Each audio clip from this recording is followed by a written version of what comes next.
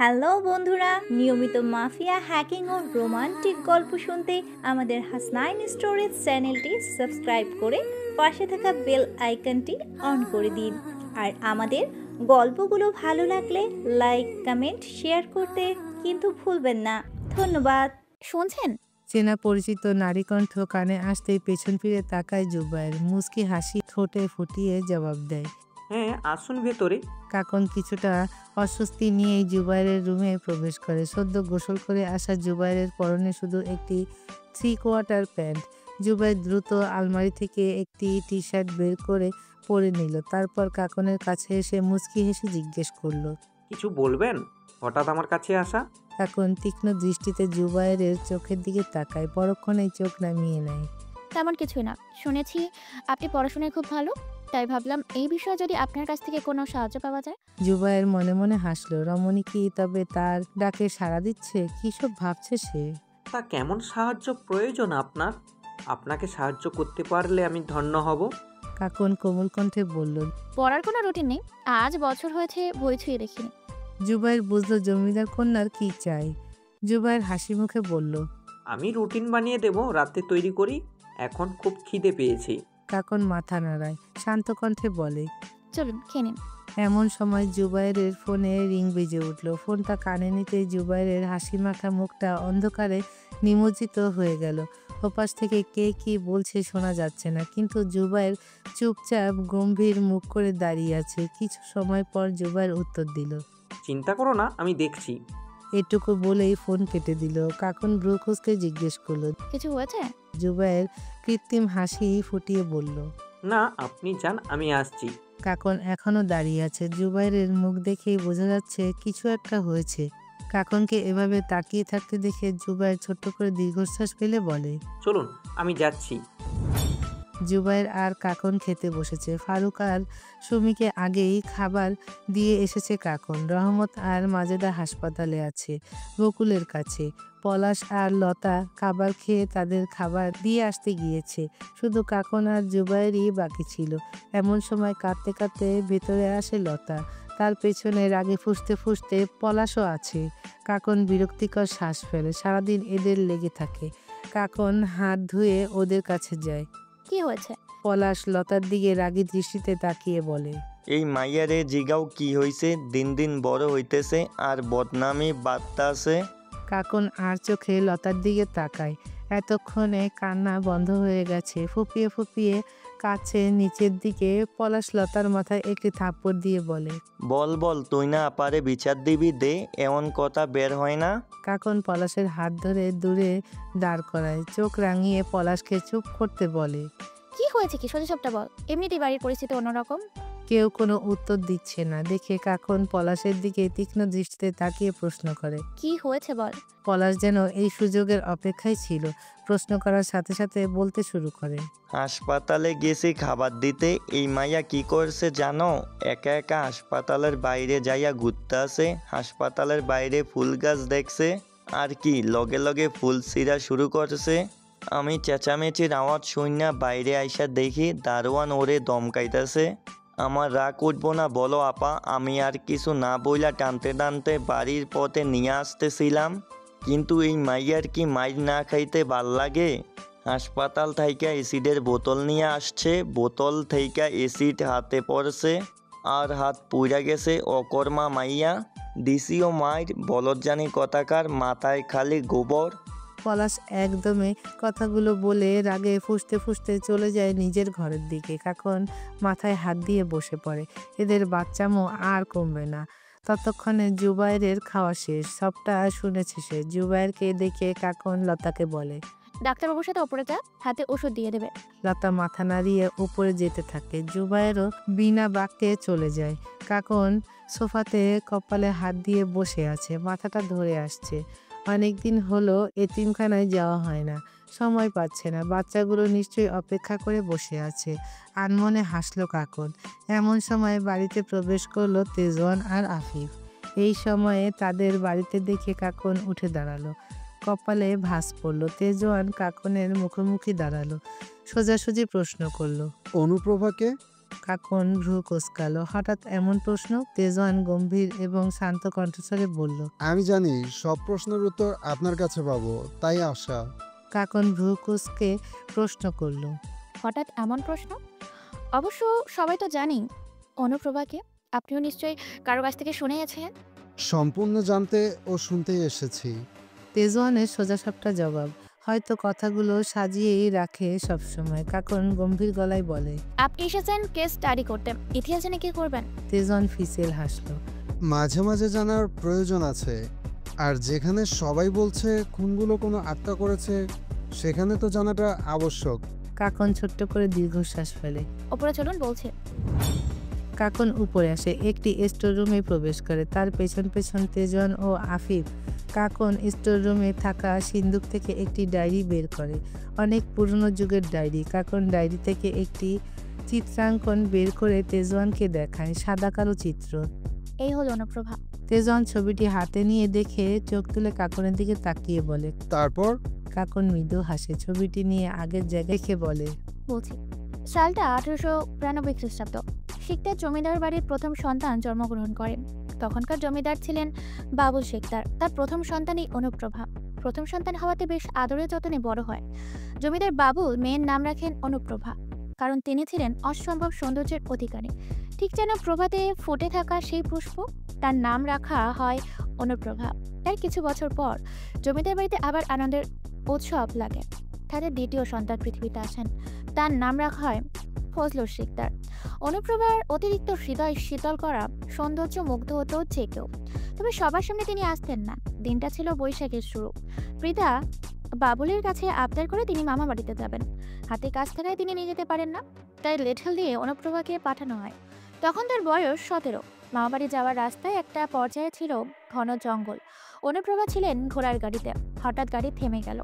অনেকটা সময় পেরিয়ে যাওয়ার পরও গাড়ির সামনে এগোচ্ছে না দেখে পর্দা সরিয়ে বাইরে তাকায়। তারা ডাকাতের কবলে পড়েছে। ডাকাতরা অনুপ্রভাকে দেখে নিজেদের লালসে সামলাতে পারেনি। ডাকাতেরা মোট 12 জন ছিল।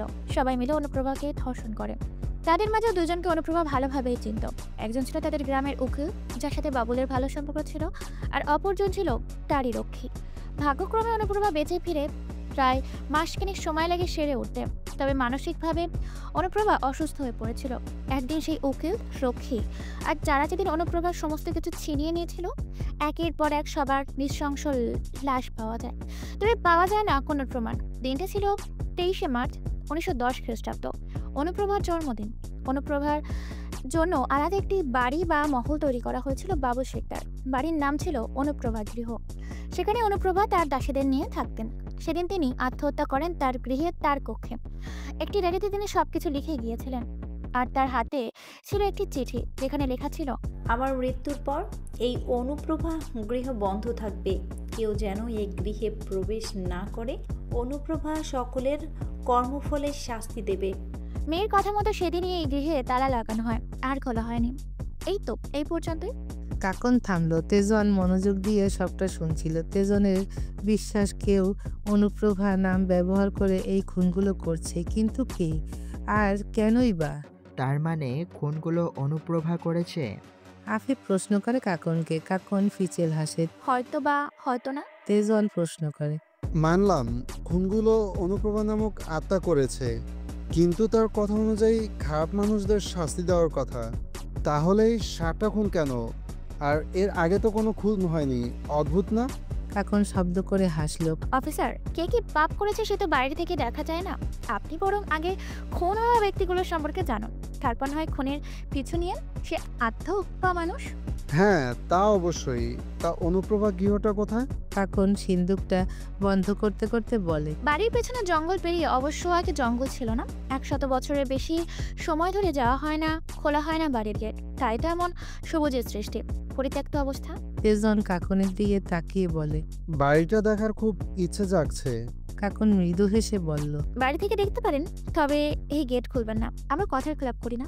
তেজন গভীর কণ্ঠস্বরে বলল। একদিন না হয় বাইরে থেকেই দেখবো। আসছি। তেজন আর আফিফ চলে যায়।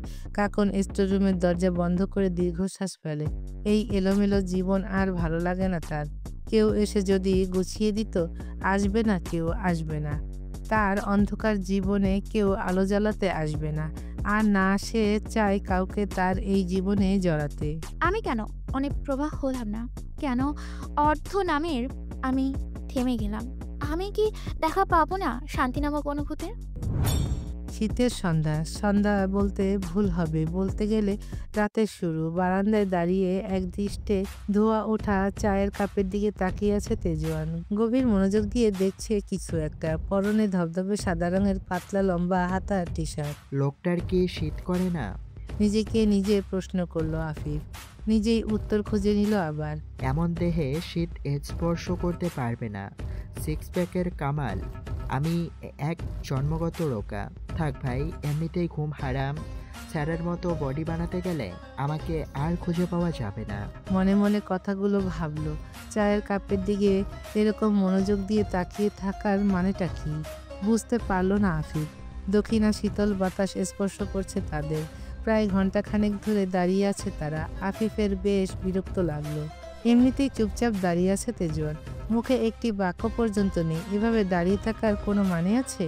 আফিফ তার চায়ের কাপে চুমুক দিতে দিতে বলে, স্যার, এবার চলুন না ভিতরে যাই, খুব শীত করছে। তেজওয়ান তার চায়ের কাপটা হাতে নিল। চায়ের কাপে ঠোঁট ছুঁয়ে শূন্য দৃষ্টিতে তাকিয়ে আছে সামনের দিকে। আফিফের দিকে এক নজর তাকিয়ে বলল, তুমি যাও। আফিফের চায়ের কাপ ততক্ষণে খালি হয়ে গেছে।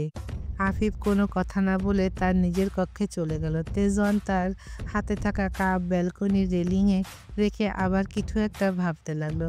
নানা রকম প্রশ্ন তার মাথায় ঘুরপাক খাচ্ছে। এসবের উত্তর তাকে খুব তাড়াতাড়ি বের করতে হবে, খুব তাড়াতাড়ি। ফোনের করা রিংটনে নিজের ভাবনা থেকে ফিরল তেজওয়ান। ট্রাউজারের পকেট হাতড়ে মোবাইলটা বের করলো। স্ক্রিনে গোটা গোটা অক্ষরে একটি নাম ভেসে আছে, প্রিয়া চৌধুরী।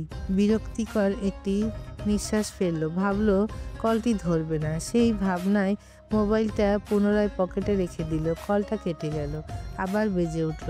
একের পর এক কল করেই যাচ্ছে।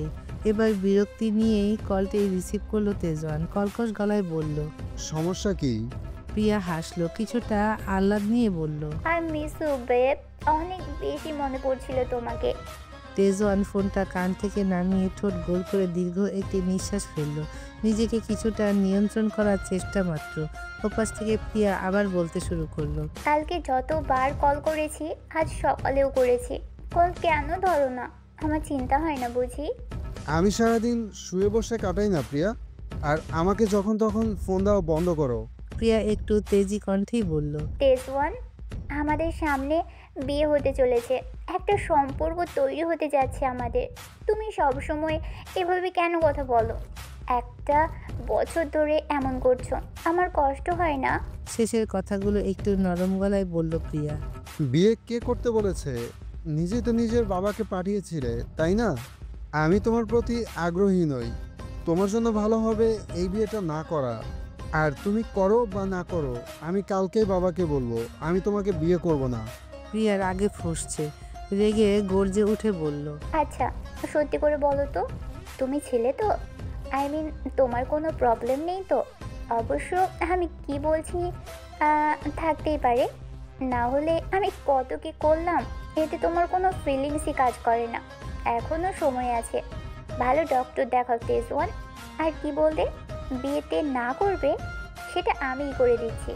যে ছেলের পুরুষত্বের সমস্যা, সেই ছেলেকে আর যাই হোক ভালোবাসা যায় না। এক নাগারে কথাগুলো বলে কল কেটে দিল প্রিয়া। তেজওয়ানের চোয়াল রাগে শক্ত হয়ে গেছে। এখনও মোবাইলটা কানে ধরে রেখেছে, ডান হাতটা মুষ্টিবদ্ধ। কিছুক্ষণ সময় নিল তেজওয়ান, তারপর হাতে থাকা ফোনটা ছুঁড়ে মারল মেঝেতে। মুহূর্তেই তা বিচূর্ণ রূপ ধারণ করলো। দীর্ঘ একটা বছর ধরে এই মেয়ে নানা রকমভাবে তাকে হ্যারাস করছে। তেজওয়ানের ভাবতে কষ্ট হয়, একটা মেয়ে হয়ে এরকম কিভাবে করতে পারে প্রিয়া। নিজেকে উন্মুক্তভাবে প্রকাশ পর্যন্ত করে প্রিয়া তেজওয়ানকে আকৃষ্ট করার জন্য। সত্যি বলতে তেজওয়ানের কোনো রকম অনুভূতি কাজ করতো না এই মেয়ের প্রতি, কিন্তু প্রিয়ার এসব নোংরা কথা মানতে পারছে না তেজওয়ান। প্রচণ্ড রাগ হচ্ছে তার। মনে মনে নিজেই নিজেকে দোষ দিল, কেন অনুভূতি কাজ করেনি। আবার নিজেই বলল, কেন করবে, সে তো এই প্রিয়া নামক মেয়েটির মতো নোংরা মন মানসিকতার মানুষ নয়। তার পুরুষত্বের ওপর আঙ্গুল তোলা। তার অনুভূতি আছে, সেও আকৃষ্ট হয়েছিল। এই তো গত রাতে প্রবল বর্ষণে গা ভেজালো লতানো দেহ দৃষ্টির সামনে আসতে অনুভূতিগুলো মাথাচাড়া দিয়ে উঠেছিল। উন্মুক্ত কোমরের কালো তিলটাকে একটিবার ছুঁয়ে দেখার প্রবণতা দেখা দিয়েছিল। বৃষ্টির পানিতে ভেজা চুলের ভাঁজে নাক ডুবিয়ে দেওয়ার ইচ্ছে জেগেছিল। শুধু ইচ্ছে জেগেছিল না, কোনো এক অদ্ভুত নেশা গ্রাস করে নিয়েছিল তাকে। নিঃশ্বাস আটকে আসছিল, অস্থিরতা উত্তেজনায় নিজেকে পাগলের মতো মনে হচ্ছিল। ঘুম কেড়ে নিয়েছিল সেই রমণী। কে সে রমণী? সত্যি নাকি মোহ? Maybe maybe অনুপ্রভা। ঠোঁটে কিঞ্চিত হাসি ফুটল তেজওয়ানের। এই হাসিতে মুগ্ধতা নয়, বরং রহস্য। ঘাড় কাত করে অদ্ভুতভাবে হাসল তেজওয়ান। জিহ্বা দিয়ে গাল ঠেলে ঘাড় কাত করেই বাঁকা হাসলো, বিড়বিড় করলো। Orchid, yes, you are my orchid. I mad at you, your smell is so good. Orchid, my orchid.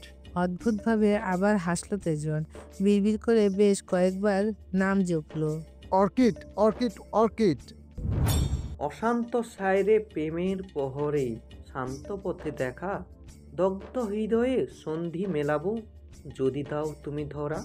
রাত্রি প্রভাতে আলোকিত চান, অবক্ত কিছু কথা, এবার তুমি সামনে এলে ভাসাবো প্রেমের খেয়া।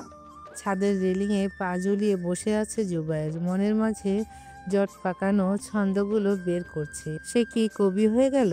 আর মনে হাসলো জুবায়ের। হাসিটা বেশিক্ষণ স্থায়ী হলো না। নারীকণ্ঠ কানে আসতেই পেছনে তাকায়। ভালো ছন্দ বলতে পারেন আপনি।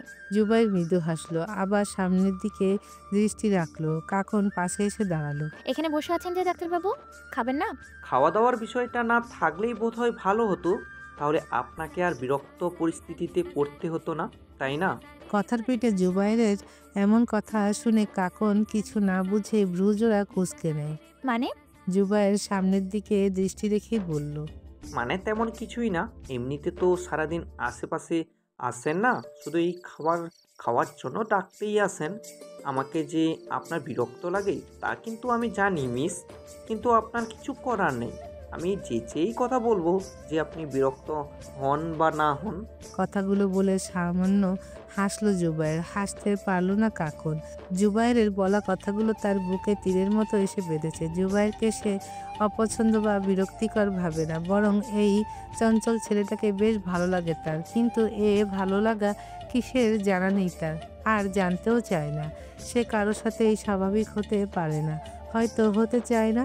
তাই তো জুবায়েরের সাথে কিছুক্ষণ কথা বলার ইচ্ছে জাগলেও নিজেকে আটকে দেয়। কখনো ইচ্ছেটাকে বের হতে দিলেও কি কথা বলবে খুঁজে পায় না। তাই তো নিয়ম করে 3 বেলা খাবার খাওয়ার জন্য ডাকতে আসে। অথচ ছেলেটা তাকে ভুল বুঝলো। কাকন চমকায়। কি ভাবছিল সে সব? না না, এতটা ইচ্ছেকে ছাড় দেওয়া যাবে না, যাবে না। যার যা ইচ্ছে ভাবুক, তার কি? সে কেন কথা বলবে? কে হয় তার? কেউ না। এসব ভালো লাগা তার কাছে মূল্যহীন। এইসব অনুভূতিকে একটু প্রশ্রয় দিলে এরা উঠতে শুরু করে। এসব অনুভূতি তার জন্য না, তার জন্য না। কাকনের চোখে মুখে নেমে আসে গম্ভীরতা। আড়ালে ছোট্ট করে নিঃশ্বাস ফেলে অন্যদিকে মুখ করে বলল। খেতে আসুন। কাকন চলে যাওয়ার জন্য পা বাড়ায়, থেমে যায় জুবায়েরের কথা শুনে। খাবো না, এটা নিয়ে যান। জুবায়েরের দিকে তাকাতেই দেখে সে ট্রাউজারের পকেট থেকে একটা কাগজ বের করে তার দিকে এগিয়ে দিল। কাকন কৌতূহল নিয়ে কাগজটা হাতে নিয়ে দ্রুত ভাঁজ করলো। পড়াশোনা থেকে খাওয়া দাওয়া টাইম টু টাইম ছক করে দেওয়া রুটিন। কাকন হাসলো। হাসিটা দেখলো না জুবায়ের। অনেক আগেই মুখ ঘুরিয়ে নিয়েছে সে। কাকন কাগজটা ভাঁজ করে পেছন থেকে বলল। খেতে আসুন, আমি অপেক্ষা করছি। কাকন চলে গেল। জুবায়ের দীর্ঘশ্বাস ফেলল। কি করছে সে? কেন জড়িয়ে ফেলছে এই মিথ্যা মায়ায়? এই অস্থিরতা আর মেনে নেওয়া যাচ্ছে না। ওদিকে কি করছেন? তেজওয়ান থামলো, মাথা ঘুরিয়ে পেছনে তাকালো। ভ্রু কুঁচকে দাঁড়িয়ে আছে কাকন, চোখে মুখে কৌতূহল। এমনি পুকুর ঘাটে গিয়ে একটু ঘুরে দেখবো ভাবছিলাম, কোনো অসুবিধা আছে? কাকন আশেপাশে চোখ বুলালো। ওদিকে না যাবাই ভালো, আমরাও যাই না। ভাবছিলাম অনুপ্রভার সাথে সাক্ষাৎ করে আসি। কাকন চমকায়। কি বলছে তেজওয়ান? তেজওয়ান মৃদু হাসলো। মজা করছিলাম, চলুন বাড়িতে যাওয়া যাক। কাকন আর কথা বাড়ালো না। হাঁটা ধরল। সকাল সকাল ব্যায়াম আর হাঁটাহাঁটি করা তেজনের অভ্যাস ও নিয়ম। আজও তার ব্যতিক্রম নয়। ভেবেছিল পুকুর ঘাট ঘুরে দেখবে, তা আর হলো কই। বাড়িতে প্রবেশ করে তেজন তার ঘরে চলে যায়। কাকন যায় রান্নাঘরের দিকে। মাজেদা রুটি বানাচ্ছে আর লতা ভাজছে। আমাকে দে। কাকনের কথায় পাত্তা দিল না লতা। একটুও না, আমিই ভাজবো, তুমি ডিম নিয়ে যাও। কাকন স্মিত হাসলো। সিদ্ধ ডিম দুটো বাটিতে নিয়ে যেতে যেতে বলল, সাবধানে ভাজ, আমার হাত পুড়িয়ে ফেলিস না। উপরে যাওয়ার জন্য পা বাড়ালো কাকন। দাদিকে ডিম দুটো খাওয়াতে হবে। দাদির ঘরে যাওয়ার পথে জুবাইরের ঘর। কাকন থামলো জুবাইরের ঘরের সামনে। ভেতর থেকে শব্দ আসে, দরজাটাও খোলা, শুধু চাপিয়ে রাখা। নিঃশব্দে দরজা খুললে কাকন। জুবাইর ফোনে কারোর সাথে কথা বলছে। আমি দেখছি, দ্রুত ব্যবস্থা করার চেষ্টা করছি, আপাতত তুই একটু দেখ। ওপাশ থেকে কে কি বলল শুনতে পেল না কাকন। জুবাইর আবার বলল, না ভাই, এটা মায়ের শেষ স্মৃতি, আমি যেভাবেই হোক ব্যবস্থা করছি, 2-3 দিন অপেক্ষা কর। ওপাশ। ওকে একটু দে। কি হয়েছে সোনা পাখি, এত পাগলামি কেন করছিস? ওপাশ। আসবো তো সোনা, তুই পাগলামি করিস না। আচ্ছা হাসানকে দে। ওপাশ। ধন্যবাদ ভাই, তুই না থাকলে কি যে হতো। আপাতত 1 লাখ টাকা আছে, আমি দেখছি। ফোন কেটে পেছনে ঘুরতে আশ্চর্য হয় জুবাইর। জিজ্ঞাসা দৃষ্টিতে তাকিয়ে আছে কাকন। জুবাইর কিছুটা গম্ভীর ভাব নিয়ে বলে, আপনি এখানে? কাকন ভ্রুকুসকে জিজ্ঞেস করলো। কোনো সমস্যা হচ্ছে? কি হয়েছে? কিসের টাকা?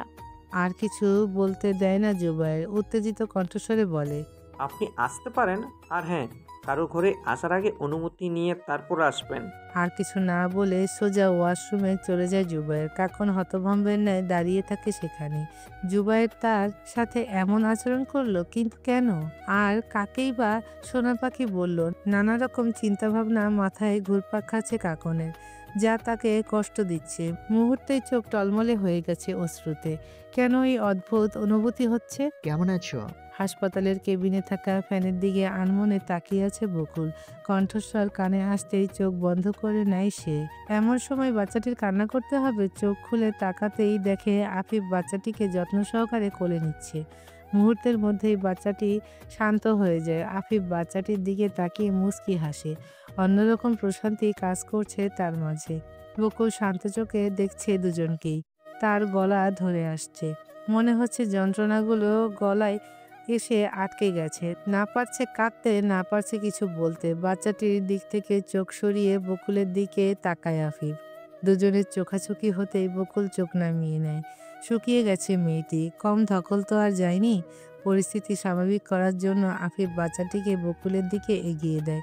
বকুল আলতো হাতে নিজের কাছে নেয়। বকুল এখনো অন্যদিকে তাকিয়ে আছে। আফিফ স্মিত হেসে বলল, কেমন আছো? বকুল আফিফের দিকে তাকিয়ে শান্তস্বরে বলে, ভালো, আপনি? আফিফ গাল ভরে হাসে। হাসির পেছনে ঠিক ততটাই যন্ত্রণা। আমি সব সময় ভালো থাকি, জানো। আমি কিন্তু চাকরি পেয়ে গেছি, এবার আমি তোমাকে ট্রিট দেব। বকুল মৃদু হাসে। বকুলকে চুপ করে থাকতে দেখে আফিফ বলে, কথা বলবে না নাকি? যাই হোক, বাবুল নাম কি রাখবে? আফিফ বাচ্চাটির দিকে তাকিয়ে মুচকি হাসে। বকুল উত্তর দেয়, জানি না। আফিফ ব্রুকুসকে বলে, এটা আবার কেমন কথা? আগে থেকে ঠিক করে রাখোনি? বকুল দুদিকে মাথা নাড়ালো, যার মানে না। আফিফ বাচ্চাটির সাথে খেলতে খেলতে বলল, এক কাজ করো, বাবুর নাম রাখো বিকেল। বকুলের বিকেল, বিকেলের বকুল। আফিফ হাসলো। বকুল আগের মতোই শান্ত। বিকেল নামটা আপনার পছন্দ? আফিফ মৃদু হেসে বলে, ওই আর কি।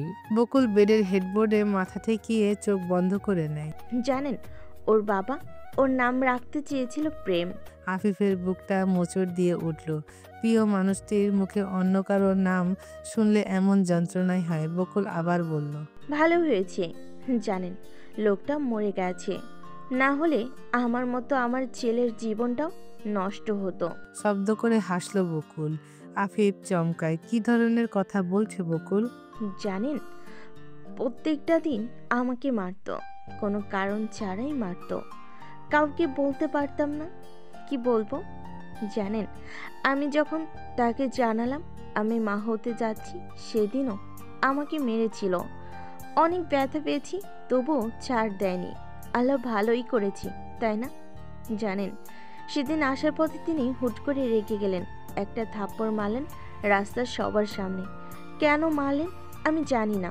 আমাকে ধাক্কা দিয়ে গাড়িতে তোলেন, কিন্তু সে আর গাড়িতে উঠতে পারলেন না। তার আগেই ট্রাক এসে তাকে পিষে ফেলল। অটোতে হালকা ধাক্কা লাগে, আমিও পড়ে যাই। আর কিছু মনে নেই। জানেন, ওরা অনেক খারাপ। আমার শাশুড়িও আমাকে মারত, আমার দেবরও গায়ে হাত তুলত। আল্লাহ আমাকে মুক্তি দিয়েছে। চোখ বন্ধ করে হাসছে বকুল। আফিফ পাথরের মূর্তির মতো বসে আছে। কত যন্ত্রণা সহ্য করেছে তার বকুল। আফিফের ইচ্ছে করছে শক্ত করে বকুলকে জড়িয়ে ধরতে, কিন্তু সে পারবে না। কেন সৃষ্টিকর্তা এমন করলো তাদের সাথে? আফিফ কিছু না বলে দ্রুত কেবিন থেকে বেরিয়ে গেল। আফিফ চলে যেতেই বকুল চোখ খুলল, বাচ্চাটিকে জড়িয়ে ধরে ডুকরে কেঁদে উঠল, বিড়বিড় করে বলল, কেন ভালোবাসলেন না আমাকে আফিফ ভাই? কেন? আমি তো আপনাকে খুব বেশি ভালোবাসতাম। বকুল কাঁদছে, অথচ সেও জানে না আফিফ যে তাকে কতটা ভালোবাসে। তাদের কি মিলন হবে? সৃষ্টিকর্তা কি তাদের দ্বিতীয়বার সুযোগ দেবে? আয়নার সামনে দাঁড়িয়ে নিজেকে পরখ করছে তেজওয়ান। গেঞ্জির কলার দিয়ে গলাটা ভালোভাবে ঢেকে নিল। এই দাগ কি মানুষকে দেখানোর মতো? কেউ প্রশ্ন করলে কি বলবে? উত্তর তো তার নিজেরও জানা নেই। নিজের ঘরটাকেই ভালোভাবে একবার দেখে নিল। কোনো গুপ্ত দরজাও তো নেই। তাহলে কে আসে এই ঘরে? কে তার ঘাড়ে এই দাগ বসিয়ে যায়? অদ্ভুত। মনে মনে হাসে তেজওয়ান। আসে বাড়িতেই থাকবে, আজ তার ছুটি। হুট করে তেজওয়ানের নজর পড়ে টেবিলের ওপর রাখা একটি কাগজের দিকে। তেজওয়ান কাগজটি হাতে তুলে নিল। ভালো গান গাইতে পারেন আপনি? আমার জন্য বুঝি গান লিখেছেন? তা শোনাবেন কবে? খুঁজেই তো বের করতে পারছেন না। গোয়েন্দা বাবু, চোর পুলিশের খেলা তো সবাই খেলে। আমি না হয় লুকোচুরি খেলি, খুঁজে পাবেন তো আমাকে? আপনার অকৃতকে। লেখাটা পড়ে তেজওয়ান অবাক হয়। কে রেখেছে এই কাগজটা এখানে? আর গান? তার গানই বা কোথায় শুনলো? অর্কিড, তার মানে কি? সেই বৃষ্টিস্নাত রাত্রির আধারে নেশা ছড়ানো সেই রমণী? কে সে? অনুপ্রভা? প্রেম ভালোবাসা একটি অদ্ভুত অনুভূতি, যা মানুষের মন মস্তিষ্ক সম্পূর্ণ নিজের দখলে করে নিতে পারে, মানুষকে স্বার্থপর করে তোলে। সব কিছুর পরেও পূর্ণতা খোঁজে। গল্প কিংবা উপন্যাস হতে পারে, ছন্দ বা কবিতা। এইখানে কি করস? পুকুর ঘাটে পা ডুবিয়ে বসে আছে লতা। কিছু একটা নিয়ে গভীরভাবে ভাবছে। পলাশ আরেকবার প্রশ্ন করলো। লতার কাছ থেকে কোনো উত্তর এলো না। লতার দৃষ্টি এখনো সামনে না শূন্যে। পলাশ লতার পাশে বসলো। লতার কাঁধে হাত দিতেই লতার ধ্যান ভাঙে। লতা চমকায়। পলাশ শব্দ করে হাসে। লতা মাথা নিচু করে গম্ভীর মুখে বসে থাকে। এবার পলাশেরও খটকা লাগছে। কি হয়েছে বিনি? লতা উত্তর দেয় না। তার নাম বিনি লতা, কিন্তু সবাই তাকে লতা বলে ডাকে, শুধুমাত্র পলাশ ব্যতীত। পলাশ লতাকে তার দিকে ঘোরায়, গম্ভীর গলায় জিজ্ঞেস করে, কি হয়েছে? এভাবে বসে আছিস কেন? স্কুলে যাসনি কেন? কি হলো বল? লতা পলাশের দিকে চোখ তুলে তাকায়। চোখে পানি টলমল করছে। পলাশ অস্থির হয়ে জিজ্ঞেস করে, কি হয়েছে বল? লতা নিজের চোখের পানি মুছে নেয়। কিছুটা স্বাভাবিক হয়ে বলে, আমি স্কুলে যাব না। এই স্কুলে নতুন স্যার আসছে। সে অনেক বাজে, খারাপভাবে স্পর্শ করে আমাকে। শুধু আমাকেই না, সব মেয়েকে। লোকটা অনেক খারাপ। কথাগুলো লতা মাথা নিচু করেই বলছিল, তাই পলাশের ভাবমূর্তি তার চোখে পড়েনি। লতা চোখ তুলে পলাশের দিকে তাকাতেই ভয় পেয়ে যায়। রাগে রক্তবর্ণ ধারণ করেছে তার চোখ। এই জন্যই কিছু বলতে চায়নি লতা। নাম কি? লতা কেঁপে ওঠে। এরকম আচরণের সাথে সে পরিচিত, আর পলাশের রাগ সম্পর্কেও তার ধারণা আছে। শোনো। নাম কি? লতাকে পুরো কথা বলতে দিল না পলাশ। লতা মাথা নিচু করে উত্তর দিল, লতিফ সিদ্দিক, বাংলা স্যার। পলাশ আর এক মুহূর্তে দাঁড়ালো না, দ্রুত পায়ে চলে গেল। পেছন থেকে লতা কয়েকবার ডাকলেও কোনো সাড়া পেল না। ছেলেটা এমন কেন? না জানি কি করবে। ছোট করে দীর্ঘশ্বাস ফেলল লতা। এই ছেলেটাকে যে সে অনেক বেশি ভালোবাসে। ছোট থেকেই ভালো লাগার অনুভূতি কাজ করে দুজনার প্রতি, কিন্তু পলাশ একটু বেশি করে। লতার চিন্তা হচ্ছে, আর বসে থাকতে পারল না, বাড়ির দিকে পা বাড়ালো। ছোট্ট বিকেলকে কোলে নিয়ে বাড়িতে প্রবেশ করলো বকুল, তার পেছনে আফিফ ও রহমত। মাজেদা এসে বকুলকে নিয়ে তার ঘরে নিয়ে গেল। লতা বাচ্চাটিকে কোলে তুলে নিল। আফিফ মৃদু হাসলো। সবাই চলে যায়, বসার ঘর ফাঁকা। দীর্ঘশ্বাস ফেলে আফিফ, মুখে মৃদু হাসি। আফিফের চোখে পড়ে পাশে দাঁড়িয়ে থাকা রহমতের দিকে, অদ্ভুতভাবে তাকিয়ে আছে তার দিকে। আফিফের অস্বস্তি হচ্ছে। কিছু বলবেন? আফিফ প্রশ্ন করে। রহমত কিছু বলে না, হুড়মুড় করে বাড়ির বাইরে চলে যায়। আফিফ এ ব্যাপারটা তেমন গায়ে মাখলো না, কিছু না ভেবে উপরে চলে গেল। সকালে করা ব্যবহারের জন্য আমি ক্ষমা চাচ্ছি, আসলে কথাটা ওইভাবে বলতে চাইনি। বিকেলের শুরু, হালকা শীতল বাতাস বইছে। ছাদের এক কোণে হেলান দিয়ে দাঁড়িয়ে আছে কাকন, হয়তো পরিবেশটা উপভোগ করছে। আজ তাকে অন্যরকম লাগছে। তার পরনে আজ শাড়ি নেই, বরং আছে সালোয়ার কামিজ। জুবাইরের নজর সেদিকে পড়তেই সে অবাক হয়। সেদিকে পাত্তা না দিয়ে জুবাইর আবার বলে, আই এম সরি। কাকন অল্প সময়ের জন্য তার দিকে তাকালো, মৃদু হাসলো, কোনো উত্তর দিল না। জুবায়ের বুঝতে পেরেছে তার করা আচরণে কাকন কষ্ট পেয়েছে, কিন্তু সেই বা কি করত। জুবায়ের একটি দীর্ঘশ্বাস ফেলে কাকনের দিকে এগিয়ে গেল, পকেট থেকে একটি কাগজ বের করে কাকনের দিকে বাড়িয়ে দিল। কাকন এক নজর কাগজটার দিকে তাকিয়ে আবার জুবায়ের দিকে তাকালো। জুবায়ের স্মিত হাসলো। কাকন কিছু না বলে হাতে তুলে নিল, কিন্তু খুলল না। জুবায়ের সামনের দিকে তাকিয়েই বলল, আমি ক্ষমা চাচ্ছি, আমি ফিরে যাচ্ছি। সন্ধ্যা 7টার টিকিট। জুবায়ের আর দাঁড়ালো না। কাকন থ মেরে দাঁড়িয়ে আছে। কি বলল জুবায়ের? চলে যাবে? কেন? একবার পেছনে তাকালো কাকন। নাম ধরে ডাকতে ইচ্ছে করলো না, সে পারছে না, গলা ধরে আসছে, আর দাঁড়িয়ে থাকতে পারল না। সেখানেই বসে পড়লো। হু হু করে কেঁদে উঠল কাকন। এই গম্ভীর স্বভাবের মেয়েটা কাঁদছে। কেন কাঁদছে তা তার নিজেরও জানা নেই। কেন আমার সাথে এমনটা হয়? আমি এতটা দুর্বল? কাকন হাতে থাকা কাগজটা খুলল। আমি সত্যি দুঃখিত, আসলে সকালে আমি বোনের সাথে কথা বলছিলাম। আমার বোন জাহিন, সে একটু অসুস্থ, তাই আমাকে যেতে হবে। এই 2-3 দিন দাদুকে আপনি একটু দেখবেন, আমি দ্রুত ফিরে আসবো, আর পারলে ক্ষমা করবেন। লেখাটা পড়তে যেন জান ফিরে আসলো কাকনের। চোখের পানি মুছে স্মিত হাসলো। তার মানে জুবায়ের ফিরে আসবে, কিন্তু তার কেন এমন অনুভূতি হচ্ছে? তাহলে কি সে তার মায়ায় জড়িয়ে গেল?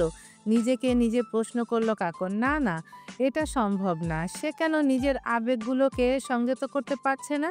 নিজের উপরেই রাগ হলো কাকনের। না, ভালো লাগছে না তার। নিজের ঘরে যাওয়ার জন্য পা বাড়ায় কাকন। থেমে যায় দাদা দাদির রুমের সামনে এসে। তাকে নিয়ে আলোচনা হচ্ছে। কাকন দরজার সামনেই থামলো, শুনতে লাগলো দাদা দাদির কথোপকথন। কাকন কি মানব? সুমির কথার উত্তরে ফারুক হেসে উত্তর দিল, মানব। আমার সিদ্ধান্ত শেষ সিদ্ধান্ত। আমার ছেলে ভালো, পরিবারেও কেউ নাই, এই বাড়িতে থাকবো, সব দেখা রাখবো। সুমি আবার বলল, কিন্তু কোনো চিন্তা নাই, বেডারে আমার পছন্দ হয়েছে, ওর লগেই কখনের বিয়ে হইব। বেডায় আসুক, আমি নিজেই কথা বলবো। ফারুকের কথার ওপর সুমি আর কিছু বলল না, কিন্তু পা দুটো বরফ হয়ে গেল কাকনের। তার বিয়ে? সে তো বিয়ে করতে চায় না, তার এই জীবনে কোনো মানুষকেই জড়াতে চায় না। সিদ্ধান্ত নিল এখনই দাদার সাথে কথা বলবে। তার আগেই কানে ভেসে আসলো ফারুকের কথা। অতীতের ছায়া বর্তমানে পড়তে দিতে নাই গিন্নি। আমার বিশ্বাস আছে ওলাই কখন রে ভালো রাখবো। আমি বাচ্চা থাকতে ওদের সুখে দেখা যাইতে চাই। কাকন আর ভেতরে গেল না। এই মানুষগুলোকে কি করে না বলবে? সিদ্ধান্ত নিল দাদার কথা অনুযায়ী চলবে সে। তবে যার সাথেই বিয়ে ঠিক করুক না কেন, তার অতীত জেনে এবং গ্রহণ করতে হবে। কাকন একবার জুবাইরের ঘরের দিকে তাকালো। অদ্ভুত যন্ত্রণা হচ্ছে তার। চোখের পানি মুছে নিজের ঘরে চলে গেল। ক্ষণিক আলোকে আখির পলকে তোমায় যাবে পাই দেখিতে। তেজওয়ান থামলো। অন্ধকারের মৃদু আলোতে পরিবেশটা উপভোগ করছে সে। পুকুর ঘাটে বসে গান গাইতে ইচ্ছে করছিল। ইচ্ছেটাকে প্রাধান্য দিয়ে এখানে আসা। আমি মুগ্ধ আপনার সুরে। হঠাৎ নারী কণ্ঠ কানে আসলো তেজওয়ানের। শরীরের লোম দাঁড়িয়ে উঠেছে। শিরদাঁড়া দিয়ে শীতল বাতাস বয়ে গেল। আওয়াজের উৎস খোঁজার জন্য উঠে দাঁড়ালো। আশেপাশে তাকালো, না কেউ নেই। হঠাৎ কেউ একজন জোরে ধাক্কা দিল তেজওয়ানকে। তেজওয়ান পড়ে গেল পুকুরে। ভেসে এলো নারী কণ্ঠে মন মাতাল করা হাসির শব্দ। খিলখিল করে হাসছে। তেজওয়ান পানি থেকে মাথা উঁচিয়ে দেখলো লাল পাড়ের সাদা শাড়ি পরে মেয়েটি জঙ্গলের দিকে দৌড়ে যাচ্ছে। চুলগুলো সাথে সাথে নড়ছে। তেজওয়ান হাসলো। সেদিনের সেই রমণী, অর্কিড। তেজওয়ান দ্রুত পানি থেকে উঠল, কিন্তু মেয়েটি নেই। তেজওয়ান দৌড়ে গেল জঙ্গলের দিকে, তাকে মাতাল করা রমণীর খোঁজে। তোমরা কুঞ্জ সাজাও গো, আজও আমার প্রাণনাথে আসিতে পারে। তোমরা কুঞ্জ সাজাও গো, আজও আমার প্রাণনাথে আসিতে পারে। বসন্ত সময়ে কোকিল ডাকে কুহু সুরে, যৌবন বসন্তে মন থাকতে চায় না ঘরে। বসন্ত সময়ে কোকিল ডাকে কুহু সুরে, যৌবন বসন্তে মন থাকতে চায় না ঘরে। তোমরা কুঞ্জ সাজাও গো, আজও আমার প্রাণনাথে আসিতে পারে। জঙ্গলের যত গভীরে প্রবেশ করছে ততই সুরটা পরিষ্কারভাবে ভেসে আসছে। মনোমুগ্ধ করা সুর। দাঁড়িয়ে যায় তেজওয়ান। গুটগুটে অন্ধকার, শরীর শিরশির করা অনুভূতি। অন্ধকারের আশেপাশে ডান বাম কিছুই দেখা যাচ্ছে না। নিজের ভারী নিঃশ্বাসের শব্দ বারবার কানে আসছে তেজওয়ানের। বড় করে দুবার শ্বাস নিল। ট্রাউজারের পকেট হাতড়ে ফোনটা খুঁজলো, পেল না। ফোনটা তো নিজেই ভেঙেছে। অপর পকেটে হাত দিতে বাটন ফোন পেয়ে গেল। ঠোঁটে হাসি ফুটে উঠল। ফোনের টর্চ জ্বালিয়ে আশেপাশে তাকালো। কোন দিক দিয়ে এসেছে বুঝতে পারল না। চোখ বন্ধ করে ভাবলো, অতঃপর সামনের দিকে পা বাড়ালো। আতর গোলাপ শোয়া চন্দন নানো যতন করে, সাজাও গো ফুলের বিছানা পবিত্র অন্তরে। তোমরা কুঞ্জ সাজাও গো, আজও আমার প্রাণনাথে আসিতে পারে। আবারও কণ্ঠস্বর শোনা গেল। তেজওয়ান শব্দের উৎস বরাবর পা বাড়ালো আবার। তেজওয়ান দৌড়াচ্ছে। কেন দৌড়াচ্ছে তা তার জানা নেই। হয়তো রহস্যময়ী রমণীকে এক নজর দেখার উদ্দেশ্যে। দেখতে পাবে কি? দৌড়ে দৌড়ে একটি বাড়ির সামনে দাঁড়ালো তেজওয়ান। গেটের পাশে নেমপ্লেটে আলো ধরতেই জলজল করে উঠল একটি নাম, অনুপ্রভা গৃহ। চোখ তুলে সামনে তাকালো তেজওয়ান। অজানা এক কারণে তার হৃদস্পন্দন বেড়ে গেছে। অস্বাভাবিক রকমের বেশি জোরে চলছে হৃদস্পন্দন। মোবাইলটা আবার পকেটে রাখলো। হালকা চাঁদের আলোতে পরিবেশটা থমথমে কোনো ভুতুরে বাড়ির মতোই লাগছে। তেজওয়ান অনুভব করলো তার গলা শুকিয়ে আসছে। জিভ দিয়ে ঠোঁট ভিজিয়ে নিল। নয়ন যদি ভুলে সই গো, মন ভুলে না তারে। এগো প্রেমের আগুন হইয়া দ্বিগুণ দিনে দিনে বাড়ে। নয়ন যদি ভুলে সই গো, মন ভুলে না তারে। এগো প্রেমের আগুন হইয়া দ্বিগুণ দিনে দিনে বাড়ে। তোমরা কুঞ্জ সাজাও গো, আজও আমার প্রাণনাথে আসিতে পারে। আর সহ্য করতে পারছে না এই সুর। নিজেকে পাগল পাগল লাগছে। তাকে ভেতরে যেতেই হবে। কিছু না ভেবেই গেটে হাত রাখলো। সাথে সাথে দুদিক দিয়ে গেটটা খুলে গেল। তেজওয়ান অবাক হলো। সেদিকে লক্ষ্য না দিয়ে ডান পা বাড়ালো গেটের ভেতর। সাথে সাথে অসম্ভব রকমের শীতল বাতাস এসে আছড়ে পড়ল তেজওয়ানের শরীরে। শরীরের লোমগুলো দাঁড়িয়ে গেছে মুহূর্তেই। সাথে নারী কণ্ঠস্বরে গান। হাত দিয়ে দু কান চেপে ধরল তেজওয়ান। চোখ বন্ধ করে সম্পূর্ণভাবে প্রবেশ করলো। অস্বাভাবিক লাগছে সবকিছু। তেজওয়ান অনুভব করলো তার অস্থির লাগছে। সে দ্রুত বাড়ির সদর দরজায় হাত রাখলো। আগের মতোই ওটাও আপনা আপনি খুলে গেছে। হয়তো কেউ তার আসার অপেক্ষাতেই ছিল। বাড়িতে প্রবেশ করলো তেজওয়ান। আশ্চর্যের চরম পর্যায়ে পৌঁছে গেছে সে। বাড়ির আনাচে কানাচে ছোট ছোট মোমবাতি জ্বালানো। তেজওয়ানের কানে ভেসে আসলো ঘুঙুরের আওয়াজ, সাথে গানের সুর। অজানা এক ঘোরে চলে গেছে তেজওয়ান। সিঁড়ি বেয়ে দ্রুত উপরে উঠল তেজওয়ান। চোখ পড়ল গোলাপের পাপড়ি দিয়ে তৈরি রাস্তার দিকে। রাস্তা অনুসরণ করে তেজওয়ান পৌঁছালো একটি বিশাল কক্ষের সামনে। ঘুঙুর আর গানের শব্দ এখান থেকেই আসছে। তেজওয়ানের বুক ধুকপুক করছে। কোনো এক কারণে হাসলো সে। দরজার সামনে দাঁড়িয়ে নিজের চুলগুলো ঠেলে পিছনে দিল, হাত রাখলো দরজায়। আসে যদি প্রাণ বন্ধু দুঃখ যাবে দূরে, আমারে যেন ছেড়ে যায় না প্রভু কদিও তারে। আসে যদি প্রাণ বন্ধু দুঃখ যাবে দূরে, আমারে যেন ছেড়ে যায় না প্রভু কদিও তারে।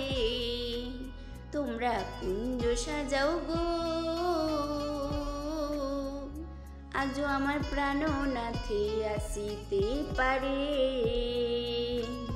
আসিবে আসিবে বলে ভরসা অন্তরে, এ করিম কই পাই যদি আরে ছাড়িব না তারে।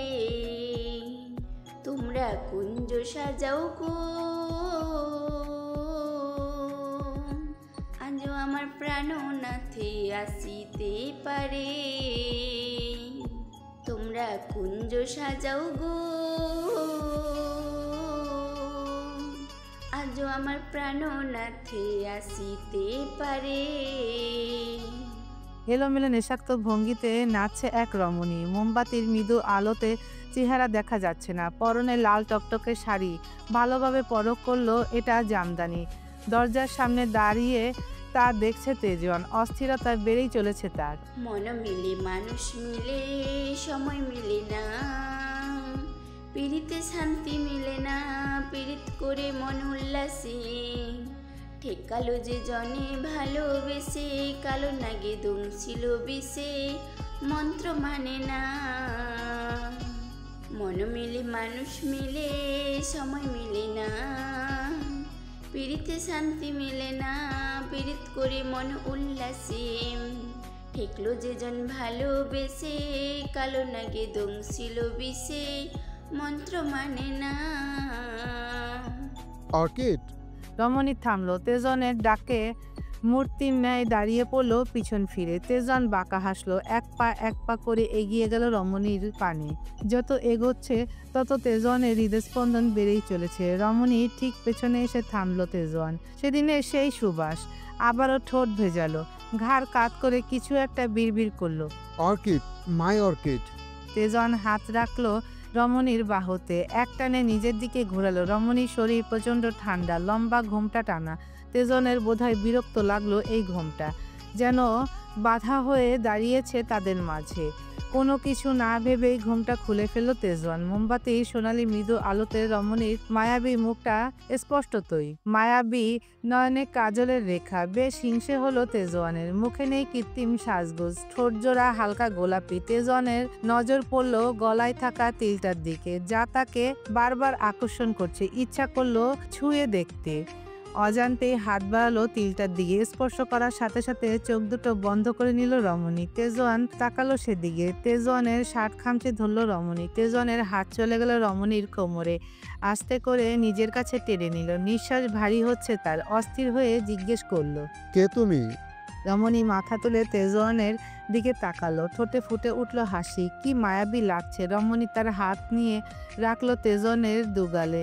নিজের পায়ের ওপর হালকা ভর দিয়ে উঁচু হলো। তেজওয়ানের গালে থাকা তিলটা তার অসম্ভব রকমের পছন্দ। তিল বরাবর ঠোঁট ছোঁয়ালো রমণী। তেজওয়ান অবাক হলো। রমণী শব্দ করে হেসে বলল, আমি কে? আমি আপনার অর্কিড গোয়েন্দা মশাই। খিলখিল করে হাসলো মেয়েটি। তেজওয়ানের অস্থিরতা বাড়ছে। মেয়েটি হয়তো বুঝতে পারলো। হাত দুটো গাল থেকে নামিয়ে ডান হাত দিয়ে তেজওয়ানের কপালে টোকা দিল। তেজওয়ান সাথে সাথে ভ্রু কুঁচকে নিল। মেয়েটি তেজওয়ানের কাছ থেকে সরে গেল। তেজওয়ান ধরতে চাইলেও তার শরীর কাজ করছে না। মেয়েটি তার দিকে তাকিয়েই পেছনের দিকে চলে যাচ্ছে। তেজওয়ান স্পষ্টতই দেখতে পারলো রমণীর চোখের অশ্রু। তেজওয়ান হাত বাড়ালো তাকে আটকানোর জন্য, পারল না। উল্টো সেই ঢলে পড়লো। অস্পষ্ট হয়ে আসলো সবকিছু, মিলিয়ে গেল সবকিছু। তবে কি এটা কল্পনা? শেষবারের মতো বিড়বিড় করলো, অর্কিড। ফ্যানের শোষো শব্দে মাথা ধরে আসছে আফিফের। তবুও কিছু করার নেই। আশেপাশে তেমন ভালো হাসপাতালও নেই। আফিফ উঠে দাঁড়ালো। ফোনটা হাতে নিয়ে ভাবতে লাগলো ফোন করবে কিনা। ফোন রেখে দিল। তেজওয়ানের অনুমতি ছাড়া তার বাবা মাকে এসব জানালে শেষে তার উপরেই রাগ ঝাড়বে। তেজনের জ্ঞান ফিরেছে দেখে আফিফ তার বেডের পাশে গিয়ে দাঁড়ায়। মাথা ধরে উঠে বসে তেজন, চারদিকটা ভালো করে দেখে নেয়। মুহূর্তেই গত রাতের সমস্ত স্মৃতি মাথাচাড়া দিয়ে ওঠে। সে এখন কোথায়? তেজওয়ানকে অস্থির হতে দেখে আফিফ ডাক দেয়। স্যার, ঠিক আছেন তো আপনি? তেজওয়ান মাথা ঘুরিয়ে আফিফের দিকে তাকায়। আফিফ চিন্তিত দৃষ্টিতে তার দিকেই তাকিয়ে আছে। তেজওয়ান বুঝতে পারে সে হাসপাতালে, কিন্তু কেন? আমি এখানে কেন? আফিফ চুপ থাকে। তেজওয়ানের মেজাজ খারাপ হয়, ধমক দিয়ে বলে, I ask you something. Afif শুকনো ঢোক গিলে বলে, স্যার, আপনি জ্ঞান হারিয়ে পড়েছিলেন, তাই হাসপাতালে নিয়ে এসেছি। সকলেই এসেছিল, কিছু সময় আগে তারা চলে গেলেন। তেজওয়ান কল্পনা করলো গত রাতের দৃশ্য, তার মানে সবটা সত্যি ছিল। স্মিত হাসলো, কিন্তু তাও বেশি সময় স্থায়ী হলো না। হাসি চলে গেল আফিফের কথায়। কিন্তু স্যার, আপনি ঘুমের ওষুধ কেন খেয়েছিলেন, তাও তিনটা? তেজন আশ্চর্য হয়, কি বলছে কি আফিফ? কি বলছো কি? মাথা খারাপ হয়েছে? আফিফ মাথা নিচু করে বলে, আমাকে ধমকাচ্ছেন কেন? রাতে পানি খাওয়ার জন্য রুম থেকে বের হতেই দেখি আপনি বারান্দায় পড়ে আছেন। হাসপাতালে আনার পর ডাক্তার বলল মাত্রাতিরিক্ত ঘুমের ঔষধ খেয়েছেন। তেজনের মাথা কাজ করছে না, কিছু একটা হচ্ছে। নিজের মাথার চুল নিজেই খামচে ধরল তেজন। আফিফ তেজনের এই অবস্থা দেখে কিছুটা ভয় পেল, দ্রুত ডাক্তারকে ডাকতে লাগলো। তেজন হাত থেকে স্যালাইনটা ছুটিয়ে কেবিন থেকে বেরিয়ে পড়ল। তাকে সেই বাড়িতে যেতে হবে অনুপ্রভা গৃহে। সকাল 10:30 প্রায়। বারান্দায় বই হাতে বসে আছে কাকন, ভাবছে জুবাইরের কথা। কেন ভাবছে, কেন মনে পড়ছে? তবে কি মাথায় জড়িয়ে পড়লো? না, তা হয় না। বই বন্ধ করে উঠে দাঁড়ালো, হাঁটা ধরলো দাদার ঘরের দিকে। দরজার সামনে দাঁড়িয়ে আজকেও দাদা দাদির কথোপকথন কানে আসলো। আজকে আর শুনতে ইচ্ছে হলো না, তাই ঘরে প্রবেশ করলো। কাকনকে দেখে ফারুক হাসলেন। এসো এসো, তোমার কথাই বলছিলাম। কাকন কিছু বলল না, সুমি বলল, পরীক্ষা কবে তোর? তোর লিগা পোলা দেখছি, সেই সুন্দর পোলা, তোর অনেক পছন্দ হইব। পরীক্ষার পরে শুভ কাজ সায়রা ফেলুম। কাকন এবারও কিছু বলল না। কাকনকে চুপ থাকতে দেখে ফারুক বলল, কি হয়েছে, কথা বলতেছো না যে? জিজ্ঞেস করলা না পোলাডা কেডা? কাকন তার দাদার দিকে তাকিয়ে উত্তর দিল, আমার যে কি হবে, তোমাদের পছন্দই আমার পছন্দ। তোমরা নিশ্চয়ই আমার জন্য খারাপ ছেলে পছন্দ করনি। ফারুক হাসলেন। হ্যাঁ, তা ঠিক। থাইকো, এখন জানা লাগবো না, একদম সামনাসামনি দেখো। কাকন খেয়াল করলো তার দাদি মুখ টিপে হাসছেন। নিঃশব্দে নিঃশ্বাস ফেললো কাকন। মনে মনে ভাবলো, আমার অতীত জানার পর নিশ্চয়ই আমাকে কেউ বিয়ে করবে না। নিজের বুকে এই চেপে লুকিয়ে রাখা সত্যিটা কোনোদিন লুকিয়ে রাখতে পারবো? কাকনের ধ্যান ভাঙে সুমির কথায়। কি ভাবতেছ সেমরি? কাকন মৃদু হাসলো, দুদিকে মাথা নাড়িয়ে বোঝালো কিছু না। ফারুক সুমির দিকে তাকিয়ে বলল, তপন রে আইতে কও। কাকন ভ্রুকুসকে জিজ্ঞেস করলো, ডাক্তার কাকা কেন? শরীর কি খারাপ লাগছে? ফারুক স্মিত হেসে বলল, না, ওর লগে কথা আছে, তুমি এখন যাও, পড়তে বসো। কাকন আর কথা বাড়ালো না, চলে গেল। কাকন চলে যেতেই সুমি চিন্তিত কণ্ঠস্বরে বলল, আমরা ওর বিষয়ে তেমন কিছুই জানি না, ভালো খারাপ বলা যায় না, ভালো মতো খোঁজ খবর নিতে হইব। ফারুক নিশ্চিন্তে হাসলেন। আল্লাহ ভরসা, আমার চোখ কখনো মিথ্যা বলে না। সুমিও হাসলেন। সদর দরজার সামনে এসে ভেতরে ভালো করে পর্যবেক্ষণ করলো পলাশ। না, কেউ নেই। এই সুযোগে বাড়িতে ঢুকতে হবে। এক পা করে ভেতরে ঢুকতেই পেছন থেকে বকুল ডেকে ওঠে, ওই দাঁড়া, তোর এই অবস্থা কেন? পলাশ জিভে কামড় দিয়ে পেছনে তাকায়, শুকনো ঢোক গিলে হাসার চেষ্টা করে। বকুল ব্রুকুসকে পলাশের পা থেকে মাথা পর্যন্ত দেখে। লুঙ্গি গুজে দাঁড়িয়ে আছে সে, হাঁটু পর্যন্ত কাদা, হাতে মুখেও কাদা লেগে আছে। বকুল কপট রাগ দেখিয়ে বলে, আজকেও নদীতে নেমেছিলি? পলাশ ঠোঁট উল্টে বলে, আপা রাগ করো না, আজকেই শেষ, আর নামবো না। সবাই মাছ ধরছিল তাই আমিও। বকুল দীর্ঘশ্বাস ফেলে, পলাশের দিকে তাকিয়ে বলে, দ্রুত গোসল কর, কাকন আপা দেখলে তোর হাড় ভাঙবে। পলাশ হেসে আবার পা বাড়ায়, আবার থেমে পেছনে তাকিয়ে বলে, বিকেল কই? আর তুমি না অসুস্থ, তাহলে উঠছো কেন? বকুল কোমরে হাত দিয়ে দাঁড়িয়ে আছে, উত্তর দিল, বিকেল আমার কাছে, আমার ভালো লাগছে না তাই হাঁটছি, তুই দ্রুত গোসলে যা। পলাশ ব্রুকুসকে বলে, লতা কই? তুমি একা একা কষ্ট করে হাঁটতেছো, হেতি সাহায্য করতে পারে না? বকুল মৃদু হেসে বলে, আমি একা হাঁটতে পারি, এতটাও অসুস্থ হয়ে যায়নি। আর লতা গীতাদের বাড়িতে গেছে, পুজোর দাওয়াত দিয়েছিল। পলাশের মুহূর্তেই মাথা গরম হয়ে যায় একথা শুনে। তাকে না বলে লতা বান্ধবীর বাড়িতে গিয়েছে। আজ আসুক ওর একদিন, তো আমার একদিন। মনে মনে আরো কত কি ভাবছিল পলাশ। পলাশকে এখনো দাঁড়িয়ে থাকতে দেখে বকুল এবার ধমক দিয়ে বলে, তুই কি যাবি নাকি? কাকন আপাকে ডাক দিব? পলাশ বকুলের দিকে তাকিয়ে মুখ ভেঙিয়ে বলে, যাচ্ছি যাচ্ছি। পলাশ চলে যায়। বকুল হাসে। হুট করে হাসি থামিয়ে গভীর ভাবনায় ডুব দেয়। ভাগ্য কেন আবার আফিফ নামক পুরুষটাকে তার সামনে নিয়ে আসলো?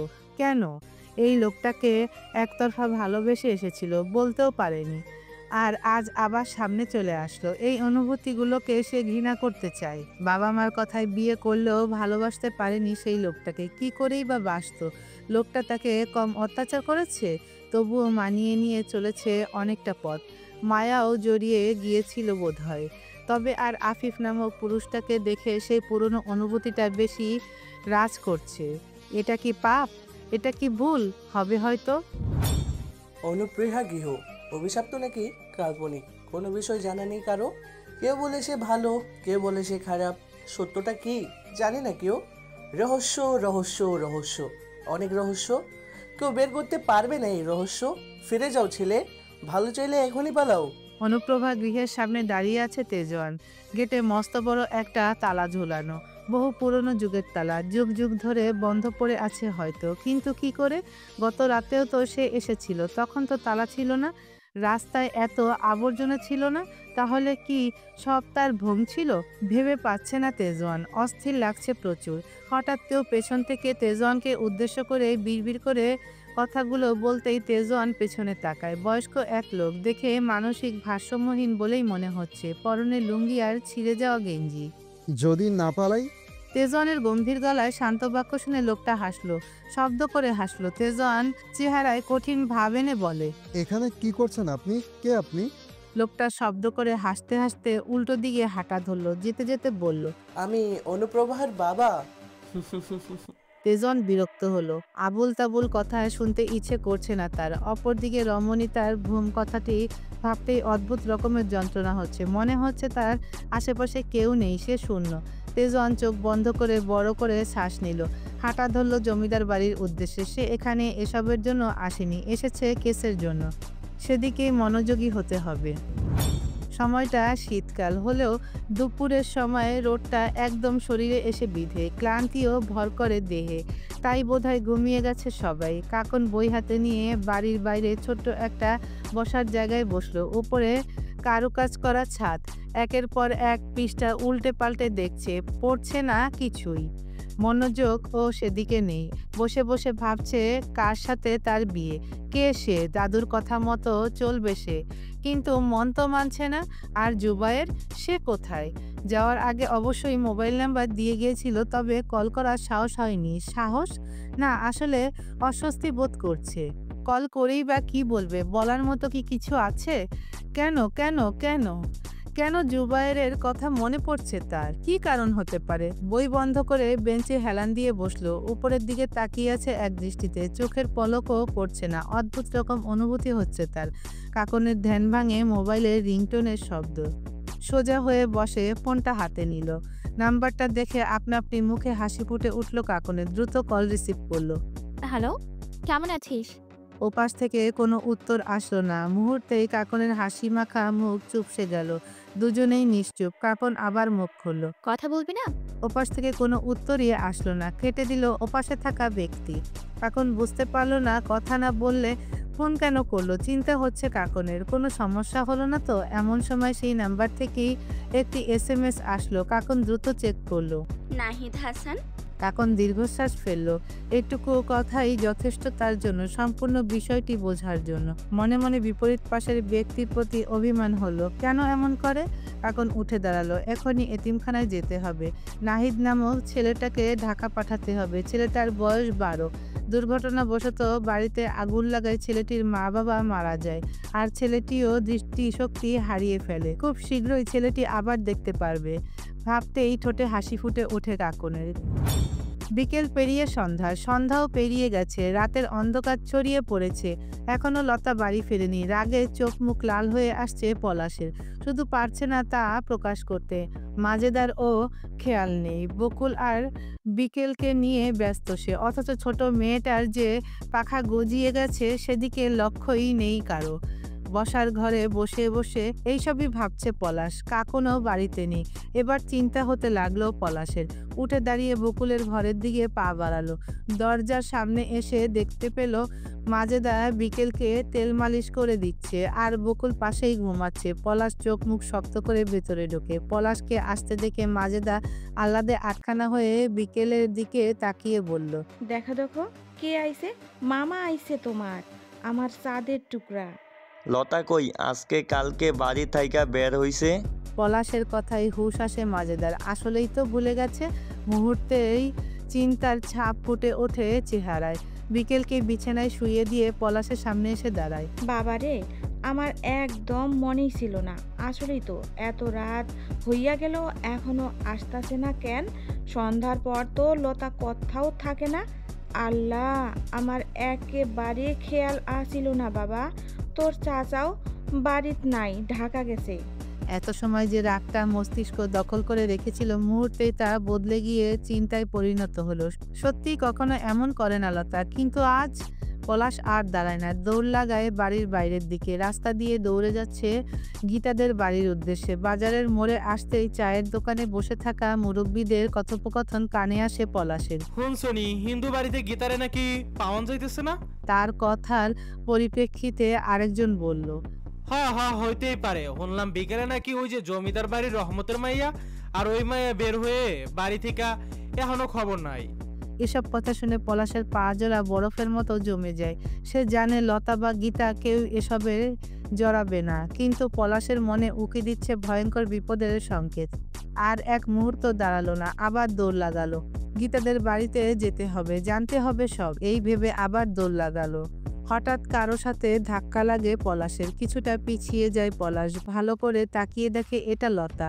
পলাশ শক্ত করে জড়িয়ে ধরে অস্থির কণ্ঠস্বরে জিজ্ঞেস করে, কোথায় ছিলি বিনি, ঠিক আছিস তো তুই? আরো শক্ত করে জড়িয়ে ধরে পলাশ। লতার কোনো সাড়া শব্দ না পেয়ে পলাশ হাতের বাঁধন হালকা করে। নিজের বুক থেকে লতার মাথা উঠিয়ে দেখে লতা জ্ঞান হারিয়েছে। পলাশ ভয় পেয়ে যায়। কি হলো তার? লতার চোখ খোল বিনি, চোখ খোল, কি হয়েছে তোর? ওই বিনি।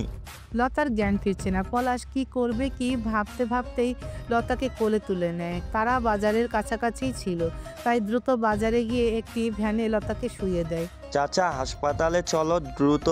গাড়িওয়ালা কথা না বাড়িয়ে দ্রুত গাড়ি চালু করলো। ডাক্তার লতাকে দেখছে। পাশেই পলাশ দাঁড়িয়ে আছে, চোখে মুখে অস্থিরতা। কিছুক্ষণ আগেই কাকনকে ফোন করে সব জানিয়েছে, কাকন আসছে।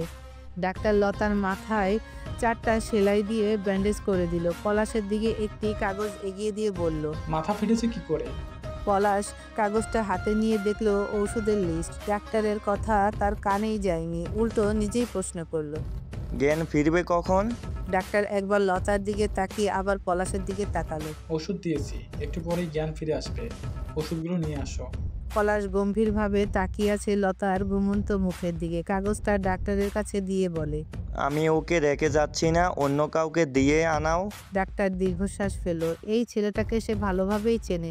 প্রচুর তেরা একটি ছেলে, যা বলবে তাই। এই নিয়ে শতবারের বেশি এসেছে তার কাছে। কখনো এর হাত ভাঙবে, কখনো ওর পা, আবার নিজের হাত পা মাথা কেটেও এখানে আসবে। ডাক্তার পলাশের কাঁধে হাত দিয়ে বলে, বড় হচ্ছিস, এখনো মারামারি করবি? পলাশ রক্তচক্ষু নিয়ে ডাক্তারের দিকে তাকায়, দাঁত কটমট করে বলে, আমি ফাটাইনি মাথা, তুমি তাড়াতাড়ি ওর জ্ঞান ফিরাও। সময় হলে ফিরবি। বলেই ডাক্তার বেরিয়ে গেল। পলাশকে খুব ভালোবাসে এই ডাক্তার। নিজের বাচ্চা কাচ্চা নেই বিধায় সকলকেই স্নেহ করেন, বিশেষভাবে পলাশকে। পাশাপাশি বাড়ি, সেই অনুযায়ী সাথে 2 দিন পর পর বন্ধু বান্ধব নিয়ে হাসপাতালে আসা। ডাক্তার চলে যেতেই পলাশ লতার পাশে বসে। লতার হাত দুটো নিজের হাতের মুঠোয় শক্ত করে ধরে। এক দৃষ্টিতে তাকিয়ে থাকে লতার দিকে। লতা পিট পিট করে চোখ খুলে। লতাকে চোখ খুলতে দেখেই পলাশ তার হাতে চুমু খায়। আরেক হাত দিয়ে লতার কপালে হাত বুলিয়ে দেয়। লতার পুরোপুরি চোখ খুলতেই পলাশের হাত থেকে নিজেকে ছাড়িয়ে নেয়। ভয়ার্ত চাহনিতে তাকায় পলাশের দিকে, বিড়বিড় করে বলে, সবাই খারাপ, সবাই শেষ করে ফেললো, সব শেষ করে ফেললো। পলাশ উত্তেজিত হয়ে লতার কাছে গেল, অস্থিরতা নিয়ে জিজ্ঞেস করলো।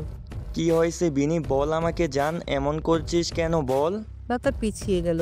খারাপ, তোমরা সবাই খারাপ। লতাকে উত্তেজিত হতে দেখে পলাশ শক্ত করে তাকে জড়িয়ে ধরে। লতার হাত পা ছোড়াছুড়ি করছে ছাড়া পাওয়ার জন্য, বিড়বিড় করে নানা রকম কথা বলছে। পলাশ তাও ছাড়ে না। একসময় লতা হু হু করে কেঁদে ওঠে। পলাশ লতার পিঠে হাত বুলিয়ে দিতে দিতে জিজ্ঞেস করলো, জান বল আমাকে কি হয়েছে বল জান। লতা কাঁদতে কাঁদতে বলল, গীতা। পলাশ লতাকে নিজের থেকে ছাড়িয়ে শান্ত হয়ে বসায়। তার সামনে পলাশ হাঁটু গেড়ে বসে বলে, গীতা তারপর কি হয়েছে বল। লতা আবার কেঁদে উঠল। বিকেলে আমি আর লতা প্রচুর প্রসাদ নিয়ে স্কুলের দিকে যাচ্ছিলাম স্যারদের দেওয়ার জন্য, কিন্তু পলাশ জানার আগ্রহ নিয়ে বলল, কিন্তু আমরা অন্য একটা রাস্তা দিয়ে যাচ্ছিলাম। রাস্তাটা অনেক নির্জন। হঠাৎ গীতার জুতো ছিঁড়ে যায়। আমি ওটা ঠিক করার জন্য কাঠি আনতে গিয়েছিলাম সামনে থেকে। হঠাৎ পেছনে তাকিয়ে দেখি গীতা নেই। আমি দৌড়ে যাই, দেখি গীতার জুতো পড়ে আছে আর মাটিতে কোনো কিছু টেনে নিয়ে যাওয়ার দাগ। আমি দাগ অনুসরণ করে যেতে যেতে জঙ্গলে চলে যাই। হঠাৎ দেখি সামনে একটা ছোট্ট ভাঙা ঘর। আমি সেই দিকে যাই আর জানালা দিয়ে দেখি। লতা পলাশকে জড়িয়ে ধরে কাঁদতে কাঁদতে হেসকি তুলে ফেলেছে। পলাশ বলে, তারপর কি দেখেছিস। লতা সেই অবস্থায় থেকেই বলে, আমাদের বাংলা স্যার গীতাকে ধর্ষণ করছে, শেষ করে ফেললো ওর জীবনটা। আমি কি করব বুঝতে পারছিলাম না। আমি ঘরে ঢুকে স্যারকে ধাক্কা দিই।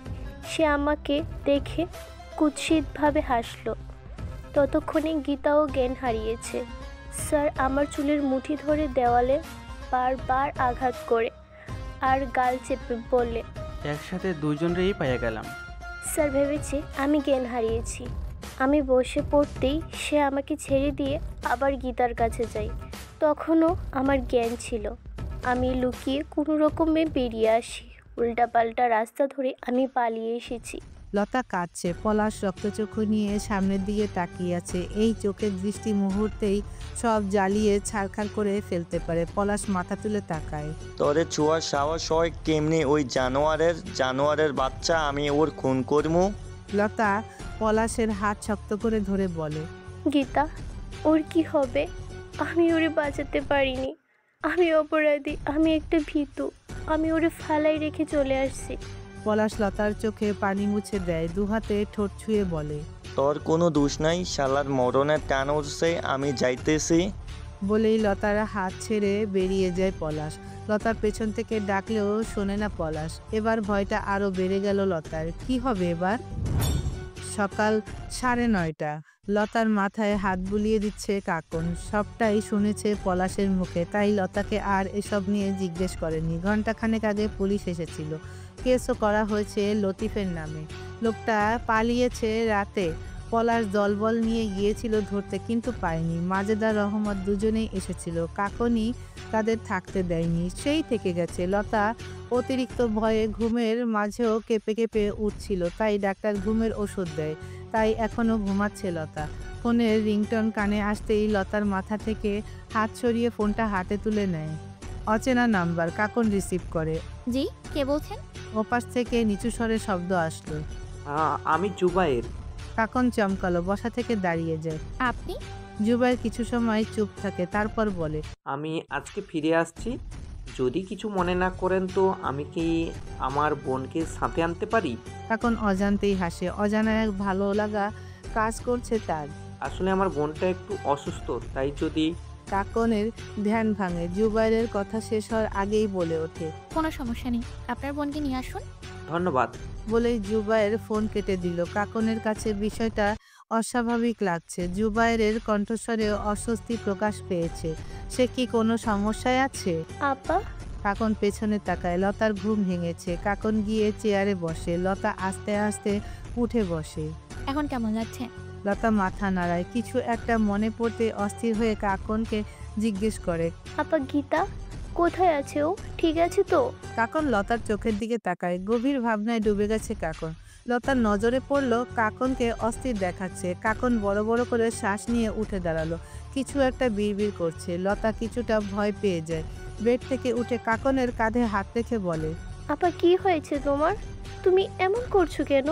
কাকন অন্যদিকে ঘুরে গেল, বাম হাত দিয়ে নিজের ঘাড় চেপে ধরলো। বড় করে দুটো শ্বাস নিয়ে কিছুটা স্বাভাবিক হওয়ার চেষ্টা করছে কাকন। লতা কিচ্ছু বুঝতে পারছে না কাকন কেন এমন করছে। কাকন লতার দিকে ঘুরে গম্ভীর গলায় বলে, বাড়িতে চল। বলেই হাঁটা ধরে কাকন। লতার মাথায় নানা রকম প্রশ্ন কৌতূহল উকি দিচ্ছে। হঠাৎ কাকন আপার এমন আচরণ। আর গীতা, সে ঠিক আছে তো? লতা সামনে তাকিয়ে দেখে কাকন নেই। লতাও হাঁটা ধরে। কেন্দ্রীয় কারাগার, মাথা নিচু করে দাঁড়িয়ে আছে জুবায়ের, তার পেছনে হাসান আর ছোট বোন জাহিন। জুবায়ের শার্ট খামচের পেছনে দাঁড়িয়ে আছে জাহিন। মনে হচ্ছে ছেড়ে দিলেই বোধহয় ভাইকে হারিয়ে ফেলবে। মাথা নিচু করেই নিঃশব্দে নিঃশ্বাস ফেলে জুবায়ের। কর্মরত পুলিশ অফিসারকে বলল, একটিবার দেখা করতে দিন প্লিজ। বললাম তো আমরা বেশি সময় নেব না। পুলিশ অফিসার রিপন জুবায়ের কথার কোনো পাত্তাই দিলেন না। পায়ের ওপর পা তুলে নিজের মতো চা খাচ্ছেন তিনি। এবার হাসান কিছুটা রেগেই বলল, চা খাওয়া হয়ে গেলে আমাদের কথা শুনুন। রিপন সাহেব কড়া চোখে হাসানের দিকে তাকালো। তাতে অবশ্য তেমন কোনো লাভ হলো না। জুবায়ের হাসানকে থামিয়ে নিজেই বলল, 10 মিনিটের বেশি নেব না, একটাবার দেখা করতে দিন। রিপন সাহেব চোখের ইশারায় একজন হাবিলদারকে কিছু একটা বললেন। লোকটা জুবায়ের দিকে তাকিয়ে বলল, চলেন আমার সাথে। জুবায়ের শক্ত করে জাহিনের হাত ধরল। তার দিকে তাকিয়ে মুচকি হেসে বলল, চল। জাহিনও জুবায়েরকে শক্ত করে ধরল। জুবায়ের চোখের ইশারায় হাসানকে এখানেই থাকতে বলল। এরপর হাবিলদারের পেছন পেছন যেতে লাগলো। সবাই এসে থামলো একটি অন্ধকার সেলের সামনে। জুবায়ের চোখ মুখ শক্ত করে নিচের দিকে তাকিয়ে আছে। হাবিলদার লাইট জ্বালিয়ে দিল। ভেসে উঠল সেলের ভেতর থাকা মধ্যবয়স্ক লোকটির অবয়ব। তাকে দেখে এক প্রকার খুশিতে লাফিয়ে উঠল জাহিন। জুবায়ের চোখ বন্ধ করে নিজেকে শান্ত করার চেষ্টা করছে। আব্বু জানো, আমি তোমাকে অনেক মিস করেছিলাম। লোকটা উঠে দাঁড়ালো। সামনে এসে দাঁড়ালো জাহিনের। তাদের মাঝে লোহার দেওয়াল। লোকটা শিকের ভেতর দিয়ে জাহিনের মাথায় হাত রাখলো। স্মিত হেসে বলল, আমিও মিস করছিলাম মা। তুমি ভালো আছো তো মা? জাহিন খুশি হয়ে বলল, হ্যাঁ অনেক ভালো আছি। জানো বাবা, আজকে ভাই আমাকে রাজপ্রাসাদে ঘুরতে নিয়ে যাবে। লোকটা জুবায়ের জাহিনের জন্মদাতা পিতা জাকির আলম। জাকিরের নজর পড়ল জুবায়ের দিকে। বুকে দুহাত গুজে মাথা নিচু করে দাঁড়িয়ে আছে সে। জাকির স্মিত হেসে জুবায়েরকে উদ্দেশ্য করে বলল, আব্বা কেমন আছিস? জুবায়ের তীক্ষ্ণ দৃষ্টিতে তার বাবার দিকে তাকালো। মনে হচ্ছে এই বুঝি চোখ দিয়ে আগুন বেরিয়ে আসবে। জুবায়ের জাহিনকে বলল, হয়েছে তোর, এবার চল। জাহিন মুখ ছোট করে বলে, আর একটু থাকি না ভাইয়া। জুবায়ের অন্যদিকে মাথা ঘুরিয়ে নিল। জাকির জুবায়ের দিকে তাকিয়ে নরম গলায় বলল, একটিবার কথা বল সাফি, আর কত শাস্তি দিবে আমাকে? জুবায়ের তার বাবার দিকে তাকিয়ে তাচ্ছিল হাসে। আমি কে শাস্তি দেওয়ার?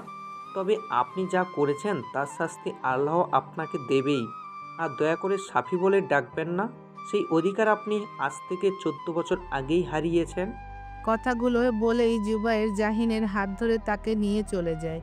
জাহিনের পাগলামির কারণেই তাকে বারবার এই লোকটার মুখ দেখতে হয়। এই লোকটা তার বাবা ভাবতেও তার ঘৃণা হয়। জুবায়ের ফিরে আসে। রিপন সাহেব তখন কিছু কাগজে সাইন করছেন। জুবায়েরকে দেখে রিপন সাহেব বলেন, মাসখানেক বাদে তোমার বাবা ছাড়া পাবেন, এসে নিয়ে যেও।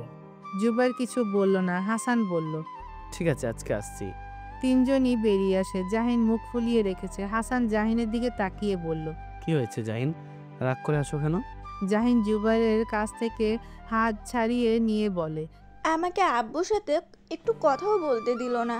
ভাইয়া খুব খারাপ, আমি যাব না কোথাও। বলে অন্যদিকে হাঁটা ধরে জাহিন। জুবায়ের এতটা সময় চোখ বন্ধ করে নিজের রাগ নিয়ন্ত্রণ করার চেষ্টা করছিল। তার হাত মুষ্টিবদ্ধ, কিন্তু জাহিনকে উল্টো দিকে চলে যেতে দেখে আর নিজেকে নিয়ন্ত্রণ করতে পারল না। দ্রুত গিয়ে জাহিনের হাত ধরে নিজের দিকে ঘুরিয়ে দাঁড় করায়। সাথে সাথে ঠাস করে থাপ্পড় বসিয়ে দেয় জাহিনের গালে। আরেকটা মারতে যাবে তার আগেই হাসান দৌড়ে এসে জুবায়েরকে ধরে। জাহিন তাল সামলাতে না পেরে মাটিতে পড়ে গেছে। হাসান জুবায়েরকে শক্ত করে ধরে বলে, আরে ভাই কি করছিসটা কি, ওকে মারছিস কেন? জুবায়ের হাসানের কাছ থেকে নিজেকে ছাড়িয়ে নেওয়ার চেষ্টা করতে করতে বলল, আমি ওকে মেরেই ফেলবো, একদম মেরে ফেলবো। কি না করেছি ওর জন্য আমি, তাও বলে আমি খারাপ? হ্যাঁ আমি খারাপ, সব কিছু হারিয়ে বসে আছি আমি। হাসান জুবাইরকে আরো শক্ত করে জড়িয়ে ধরে বলে, তুই কি পাগল হয়ে গেলি? জাহিন মানসিকভাবে অসুস্থ, ওর কথাগুলো তুই সিরিয়াস ভাবে নিচ্ছিস? কি হয়েছে তোর জুবাইর? তুই এমন করছিস কেন? জুবাইর নিচে বসে পড়ে, নিজের মাথার চুল খামচে ধরে। অতিরিক্ত উত্তেজনায় চোখ দিয়ে পানি পড়ছে তার। জুবাইর কেঁদে ফেলে। কেন ভাই কেন? আমি কেন সব সময়? যখন যা বলেছে তাই করেছি। আমার মায়ের খুনের সামনে গিয়ে দাঁড়িয়ে থেকেছি শুধু এই মেয়েটার জন্য, আর আজকেও আমাকে খারাপ বলছে। কেন কেন কেন? ওর জন্য আমি আমার শৈশব কিশোর সব বিসর্জন দিয়েছি। নিজে তো পাগল হয়ে দিব্যি ভালো আছি, কিন্তু আমি তো সুস্থ। সব কিছু ফ্রেশ আমার করতে হয়েছে। নিজের পড়াশোনা, কাজ, টাকা সব কিছু একা হাতে করতে হয়েছে। তখন আমি কতটুকু ছিলাম? জাহিন 8 বছরের বাচ্চা ছিল, আর আমিও তো 11 বছরের বাচ্চাই ছিলাম। এই 14টা বছর কি না কি করেছি। নিজে না খেয়ে ওকে খাইয়েছি। ওর ওষুধের টাকা জোগাড় করতে গিয়ে আমি মানুষের জুতা পর্যন্ত পরিষ্কার করেছি। অপমান সহ্য করেছি। আমাকে কখনো অভিযোগ করতে দেখেছিস আমি যে ভেতরে ভেতরে মরে গেছি? আর এই মেয়ে কথায় কথায় ভাইয়া খারাপ বলতেই থাকে। আরে হ্যাঁ আমি খারাপ, তাই তো তোর কথা ভেবে এখনো নিজের মায়ের খুনির সাথে দেখা করতে হয়। জুবাইর কাঁদছে, সাথে নিজের মনের ভেতর থাকা রাগ, অভিমান, অভিযোগ বের করছে। হাসান আটকালো না, তবুও যদি একটু শান্তি মেলে ছেলেটার। যে বয়সে তারা মাঠে দৌড়াদৌড়ি করত, সেই বয়সে জুবাইর দুবেলা খাবারের জন্য কাজ করত। আগে তো ছিল না এমন। তাদেরও একটা সুখী পরিবার ছিল, যেখানে কোনো কিছুর অভাব ছিল না। না ছিল ভালোবাসার অভাব, না ছিল টাকার। কম্পিউটারের সামনে বসে আছে জুবাইর ও তার বাবা জাকির। আজ সমাপনী পরীক্ষার ফলাফল প্রকাশ করবে। জাকির দ্বিতীয়বারের মতো চেষ্টা করলেন। এদিকে জুবাইরের অবস্থা যায় চিন্তায় শেষ সে। আলহামদুলিল্লাহ। জাকিরের উদ্ভাসিত কণ্ঠস্বরে জুবাইর কিছুটা স্বাভাবিক হলো। জাকির জুবাইরকে জড়িয়ে ধরে আদর করতে করতে বলে, এই না হলো আমার ছেলে। জুবাইরকে জড়িয়ে ধরতে দেখে 8 বছর বয়সী জাহিন মুখ ফুটিয়ে দাঁড়িয়ে রইল। তা দেখে জাকির তার আদরের মেয়েকে কোলে তুলে নিয়ে খুশিতে বলতে লাগলেন, তোমার ভাইয়া জিপিএ 5 পেয়েছে। জাহিন, তোমার ভাইয়াকে শুভকামনা জানাবে না? জাহিন মুচকি হেসে জুবাইরকে জড়িয়ে ধরে। ইয়াহু ভাইয়া, এবার আমাকে চকলেট কিনে দাও। জুবাইর জাহিনের গালে চুমু দিয়ে বলে, দেবো তো। এত চিল্লাচ্ছ কেন তোমরা? সেলিনার হাতে খুন্তি নিয়ে রাগি রাগি চোখ করে ঘরে ঢুকলো। সেলিনা ঘরে আসতে জুবাইর তার মার হাত ধরে বলে, আম্মু আমি জিপিএ 5 পেয়েছি, এবার কিন্তু আমার জন্মদিন পালন করতেই হবে। সেলিনা হাঁ করে জাকিরের দিকে তাকিয়ে আছে। জাকির মাথা নাড়ল। সেলিনা খুশিতে আত্মহারা। তাড়াতাড়ি মিষ্টি আনো, পাড়া প্রতিবেশীদের দিতে হবে তো। জাকির জুবাইর আর জাহিনকে নিয়ে মিষ্টির দোকানে চলে গেল। আজ একটা খুশির দিন। পাড়া প্রতিবেশী সকলকেই মিষ্টি খাওয়াবে জাকির। আর 10টা সুখী পরিবারের মতোই সুন্দর স্বাভাবিক পরিবার ছিল তাদের। অল্প বিষয়ে অনেকটা আনন্দে দিন কাটত। এই সুখের পরিবার, এই সুন্দর জীবনটা নষ্ট হয়ে যায় জুবাইরের জন্মদিনের দিন। কেন হলো এমন? দিনটা ছিল জুবাইরের 11তম জন্মদিন। ছেলের কথা রাখার জন্য বড় করে জন্মদিনের আয়োজন করেন জাকির ও সেলিনা। জুবাইরের বন্ধু, আত্মীয় স্বজন থেকে শুরু করে জাকিরের অফিসের কলিগরা সবাই আমন্ত্রিত। লোকজনে গমগম পরিবেশ। জাহিন জুবাইর তখন বন্ধুদের সাথে খেলায় ব্যস্ত। এই ভরা মজলিসে উপস্থিত হয় একজন মধ্যবয়স্ক নারী। পরনে তার কালো রঙের শাড়ি। সেলিনা তখন সবাইকে জুস দিতে ব্যস্ত। এমন সময় সেই নারীর কণ্ঠস্বর ভেসে ওঠে, জাকির সাহেব কেমন আছেন? জাকির তার কলিগদের সাথে কথা বলছিল। নারী কণ্ঠস্বরে নিজের নাম শুনে পেছনে তাকায় সে। সাথে সাথে কিছুটা হকচকিয়ে যায়। অস্পষ্ট স্বরে উচ্চারণ করে, পাখি। সবার নজর তখন পাখি নামক নারীর দিকে। সেলিনা হাতে জুসের ট্রে নিয়ে ভ্রু কুঁচকে তার দিকেই তাকিয়ে আছে। পাখি এগিয়ে আসলো জাকিরের কাছে। জাকির সাহেব, আর কত লুকিয়ে রাখবেন আমাকে বলুন তো? এবার তো আমাকে পরিচয় করিয়ে দিন। জাকির রাগী চোখে তাকালো নারীর পানে, তাতে নারী তেমন পাত্তা দিল না। কুটিল হেসে সেলিনার দিকে এগিয়ে গেল। তা ভাবি, জাকির সাহেব আমার বিষয়ে কিছু বলেনি বুঝি? আমি পাখি আলাম। সেলিনা চেনে না এই নারীকে। চোখে হাজারো প্রশ্ন নিয়ে সেলিনা তাকালো জাকিরের দিকে। জাকির দ্রুত এগিয়ে আসলো সেলিনা ও পাখির নিকট। কি হচ্ছে কি পাখি, তুই এখানে কি করছিস? রঙে ছিপছিপে, ঠোঁটে বাঁকা হাসলো পাখি। ইস, জাকির ভাই রাগ করলে বুঝি? এখান থেকে চলে যা। পাখি কুটিল হেসে সেলিনার দিকে তাকালো, কিছুটা ঝুঁকে বলল, ভাবি চলে যাব নাকি? সেলিনা একবার রাগান্বিত জাকিরের দিকে তাকালো, আবার পাখির দিকে তাকিয়ে বলল, কে আপনি? পাখি নামক নারীটি বোধহয় এই প্রশ্নের অপেক্ষাতেই ছিল। পাখি মুচকি হেসে জাকিরের দিকে তাকিয়ে আবার সেলিনার দিকে তাকিয়ে বলল, আপনার সতীন। সাথে সাথে সেলিনার হাত থেকে খাবারের ট্রেটা পড়ে গেল। সেলিনা অবাক দৃষ্টিতে জাকিরের দিকে তাকালো। জাকির অগ্নি দৃষ্টি নিয়ে পাখির দিকে তাকিয়েছিল। সেলিনা জাকিরকে তার দিকে ঘুরিয়ে বলল, কে এই মেয়ে? মেয়েটা কি বলছে? জাকির সেলিনার বাহুতে হাত রেখে শান্ত করার চেষ্টা করে বলল, শান্ত হসলি, আমি বলছি তোমাকে। সেলিনা নিজের বাহু হতে জাকিরের হাত ছাড়িয়ে নিয়ে পাখির দিকে তাকালো। কি সম্পর্ক তোমার জাকিরের সাথে? পাখি তার চেহারায় রুক্ষতা এনে বলল, আমি তার বিবাহিত স্ত্রী। আমি তার প্রথম স্ত্রী পাখি আলাম, অপরদিকে তার খালাতো বোন। সেলিনা ছল ছল নয়নে জাকিরের দিকে তাকালো। কি বলেছে এই মেয়েটা? জাকির, বলো আমাকে, সে কি সত্যি বলছে? জাকির সেলিনার কাছে আসতে নিলে সেলিনা পিছিয়ে যায়। কাছে আসবে না, উত্তর দাও আমাকে। তুমি শান্ত হও, আমি বলছি আসলে। জাকিরকে বলতে না দিয়ে পাখি সেলিনাকে তার দিকে ঘুরিয়ে বলল, জাকির ভাই আর কি বলছে? আমি বলছি শোনো, আমি তার স্ত্রী। তোমার আগে আমি তার স্ত্রী। সে শুধু তোমাকে না, আমাকেও ঠকিয়েছে। সেলিনা এক দৃষ্টিতে জাকিরের দিকে তাকিয়ে আছে। জাকির এসে পাখিকে একটা থাপ্পড় মেরে বলে, অনেক হয়েছে পাখি, এখানে নাটক করতে এসেছিস? এত বছর পরে এসে আমার সাজানো গোছানো সংসারটা নষ্ট করার জন্য এসেছিস এখানে? পাখি ন্যাকা কান্না করে সেলিনার পেছনে এসে দাঁড়ায়। ভাবি, আমি সত্যি বলছি, উনি আমাকে ঠকিয়েছে। সেলিনা কাট কাট গলায় জিজ্ঞেস করে, হ্যাঁ বা না, এই মেয়ে তোমার স্ত্রী? জাকির ছোট্ট করে দীর্ঘশ্বাস ফেলে বলল, আমি বলছি তোমাকে, তুমি দয়া করে শান্ত হও। হ্যাঁ বা না? জাকির উত্তেজিত হয়ে বলে, হ্যাঁ, এই মেয়েটার সাথে আমার বিয়ে হয়েছিল, কিন্তু। ব্যাস এইটুকুই। আর কোনো কথাই শুনল না সেলিনা। দৌড়ে নিজের ঘরে চলে গেল। পেছন পেছন জাকিরও গেল। এতক্ষণ ঘটে যাওয়া সম্পূর্ণ ঘটনা দেখেছে এবং শুনেছিল জুবায়ের। সে অতটাও অবুঝ ছিল না। সম্পূর্ণ বুঝতে না পারলেও কিছুটা বুঝতে পেরেছিল সে। তাই হয়তো আন্দাজ করেছিল পরবর্তীতে কি হবে। জুবায়ের দৌড়ে যায় তার মা বাবার ঘরের সামনে। বাইরে থেকে জাকির সেলিনাকে ডাকছে। জুবায়ের রাগী দৃষ্টিতে এক নজর তাকিয়ে তার বাবাকে বলে, আপনার জন্য যদি আমার মায়ের কিছু হয় তবে আমি আপনাকে ছাড়বো না। আপনি একজন খারাপ মানুষ। জুবায়ের কাঁদতে কাঁদতে তার মাকে মিনতি করে দরজা খুলতে, না, দরজা খুলে না। মায়ের নিথর দেহের সামনে বসে আছে জুবায়ের। না, সে কাঁদছে না, কেন যেন কান্না পাচ্ছে না তার। মায়ের শুভ্র মুখশ্রীর দিকে তাকিয়ে বলল, আম্মু, তুমি আমাদের ভালোবাসো না, আমি কি করে থাকবো? আচ্ছা, আমার কথা বাদ দিলাম, কিন্তু জাহিন তো তোমাকে ছাড়া এক মুহূর্ত থাকতে পারে না। ও থাকবে কি করে? একবারও ভাবলে না? তার মায়ের কাছ থেকে কোনো উত্তর আসলো না। জুবায়ের তাকালো তার জ্ঞান হারানো ছোট বোনটার দিকে। মায়ের ঝুলে থাকা দেহটা দেখে একটা চিৎকার দিয়ে সেই কখন জ্ঞান হারিয়েছে, এখনো ফেরেনি।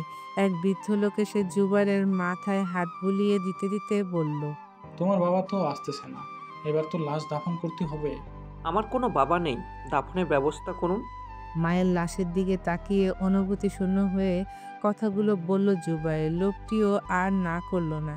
নিয়ে যাওয়া হলো তার আপন ঠিকানায়, যেখান থেকে আর কখনো ফিরে আসা সম্ভব নয়। মায়ের মুখে শুনেছিল তাদের নাকি প্রেমের বিয়ে, পালিয়ে বিয়ে করেছিল তারা দুজন, আর কোনোদিন পরিবারের সাথে যোগাযোগ করেনি কেউ। এই ঢাকা শহরেই আপন ঠিকানা বানিয়ে নিয়েছিল ভালোবাসা। কোথায় গেল সেই ভালোবাসা? হাতে তার মায়ের বালা দুটো নিয়ে বসে আছে জুবায়ের। মায়ের শেষ স্মৃতি, অতীত ভাবতে ভাবতে কখন আবেগে গা ভাসিয়েছে তা বোধহয় তারও জানা নেই। হাত বুলালো ঘুমন্ত জাহিনের মাথায়। সেদিন মায়ের মৃত্যুর শোক নিতে পারেনি এই মেয়েটা, মানসিকভাবে বিপর্যস্ত হয়ে পড়ে। চিকিৎসা করার মতো অবস্থাও ছিল না। মায়ের মৃত্যুর 3 দিন পর্যন্ত তার বাবা নামক ব্যক্তির খবর পর্যন্ত পাওয়া যায়নি। জুবাইরের ঘৃণা সৃষ্টি হয়েছিল লোকটার প্রতি। 3 দিন পর এক প্রতিবেশীর কাছে জানতে পারে তার বাবা জেলে। কোন এক মেয়েকে নাকি মেরে ফেলেছে। পরে জানতে পারে মেয়েটি আর কেউ নয়, সেই পাখি। কিন্তু কেন মেরেছিল জানে না জুবায়ের, আর জানতেও চায় না। সেদিন প্রচুর হেসেছিল জুবায়ের। দুঃখ, কষ্ট, ক্ষোভ সবকিছু মিলিয়ে নিজেকে অসহায় লাগছিল।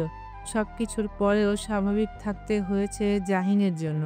11 বছর বয়সে সবকিছু নিজের কাঁধে তুলে নিয়েছিল। তখন চিকিৎসা করতে পারেনি জাহিনের। ছিল বলতে এই ছোট্ট 3 রুম বিশিষ্ট বাড়িটাই। তবুও হাল ছাড়েনি জুবায়ের। সে তার বোনকে সুস্থ করবে, স্বাভাবিকভাবে বাঁচবে। আনমনে হাসে জুবায়ের। এই হাসিটাই তার সর্বক্ষণের সঙ্গী। বালা দুটো আবার মায়ের ঘরে রেখে আসে। জাহিনকে ঘুম থেকে ডেকে তোলে। জাহিন ঘুম ঘুম চোখে উঠে বসে, গাল ফুলিয়ে বলে, কি হয়েছে? জুবায়ের স্মিত হেসে বলে, রাজপ্রাসাদে যাওয়া যাক তবে। জাহিন গাল ফোড়ে হেসে দ্রুত তৈরি হয়ে চলে গেল। জুবায়ের বড় করে দুবার শ্বাস নিল। সন্ধ্যার দিকে কাকনের সাথে দেখা হবে কতদিন পর। যেন মনে হচ্ছে কত বছর কেটে গেছে তাদের দেখা হয় না। কাকনের কথা ভাবতেই আনমনে হেসে ওঠে জুবায়ের। বিড়বিড় করে বলে, কেন মায়ায় জড়িয়ে ফেলছেন আমাকে? আপনার মায়া কাটানোর জন্য কোথায় যাব আমি? পাহাড়ে? মনে মনে হাসত জুবায়ের। কি অদ্ভুত রোগে ধরেছে তাকে। কি নাম এই রোগের? আজব ব্যাধি। হ্যালো বন্ধুরা, তোমাদের সবাইকে অনেক অনেক ধন্যবাদ এতক্ষণ আমাদের সঙ্গে থাকার জন্য। আমাদের গল্পগুলো তোমাদের কাছে ভালো লাগলে, তোমাদের হৃদয় স্পর্শ করতে পারলে অবশ্যই আমাদের চ্যানেলটি সাবস্ক্রাইব করে এবং তোমাদের মূল্যবান মতামত কমেন্ট করে আমাদের সঙ্গেই থাকবে। আর হ্যাঁ, গল্পটি ভালো লাগলে অবশ্যই তোমাদের বন্ধুদের সাথে শেয়ার করতে ভুলবে না। আমাদের পরবর্তী গল্প পেতে আমাদের চ্যানেলের সঙ্গেই থাকবে। খুব শীঘ্রই আপলোড করা হবে পরবর্তী গল্প। ততক্ষণে আমাদের সঙ্গেই থাকো। আজকের মতো টাটা, বাই বাই।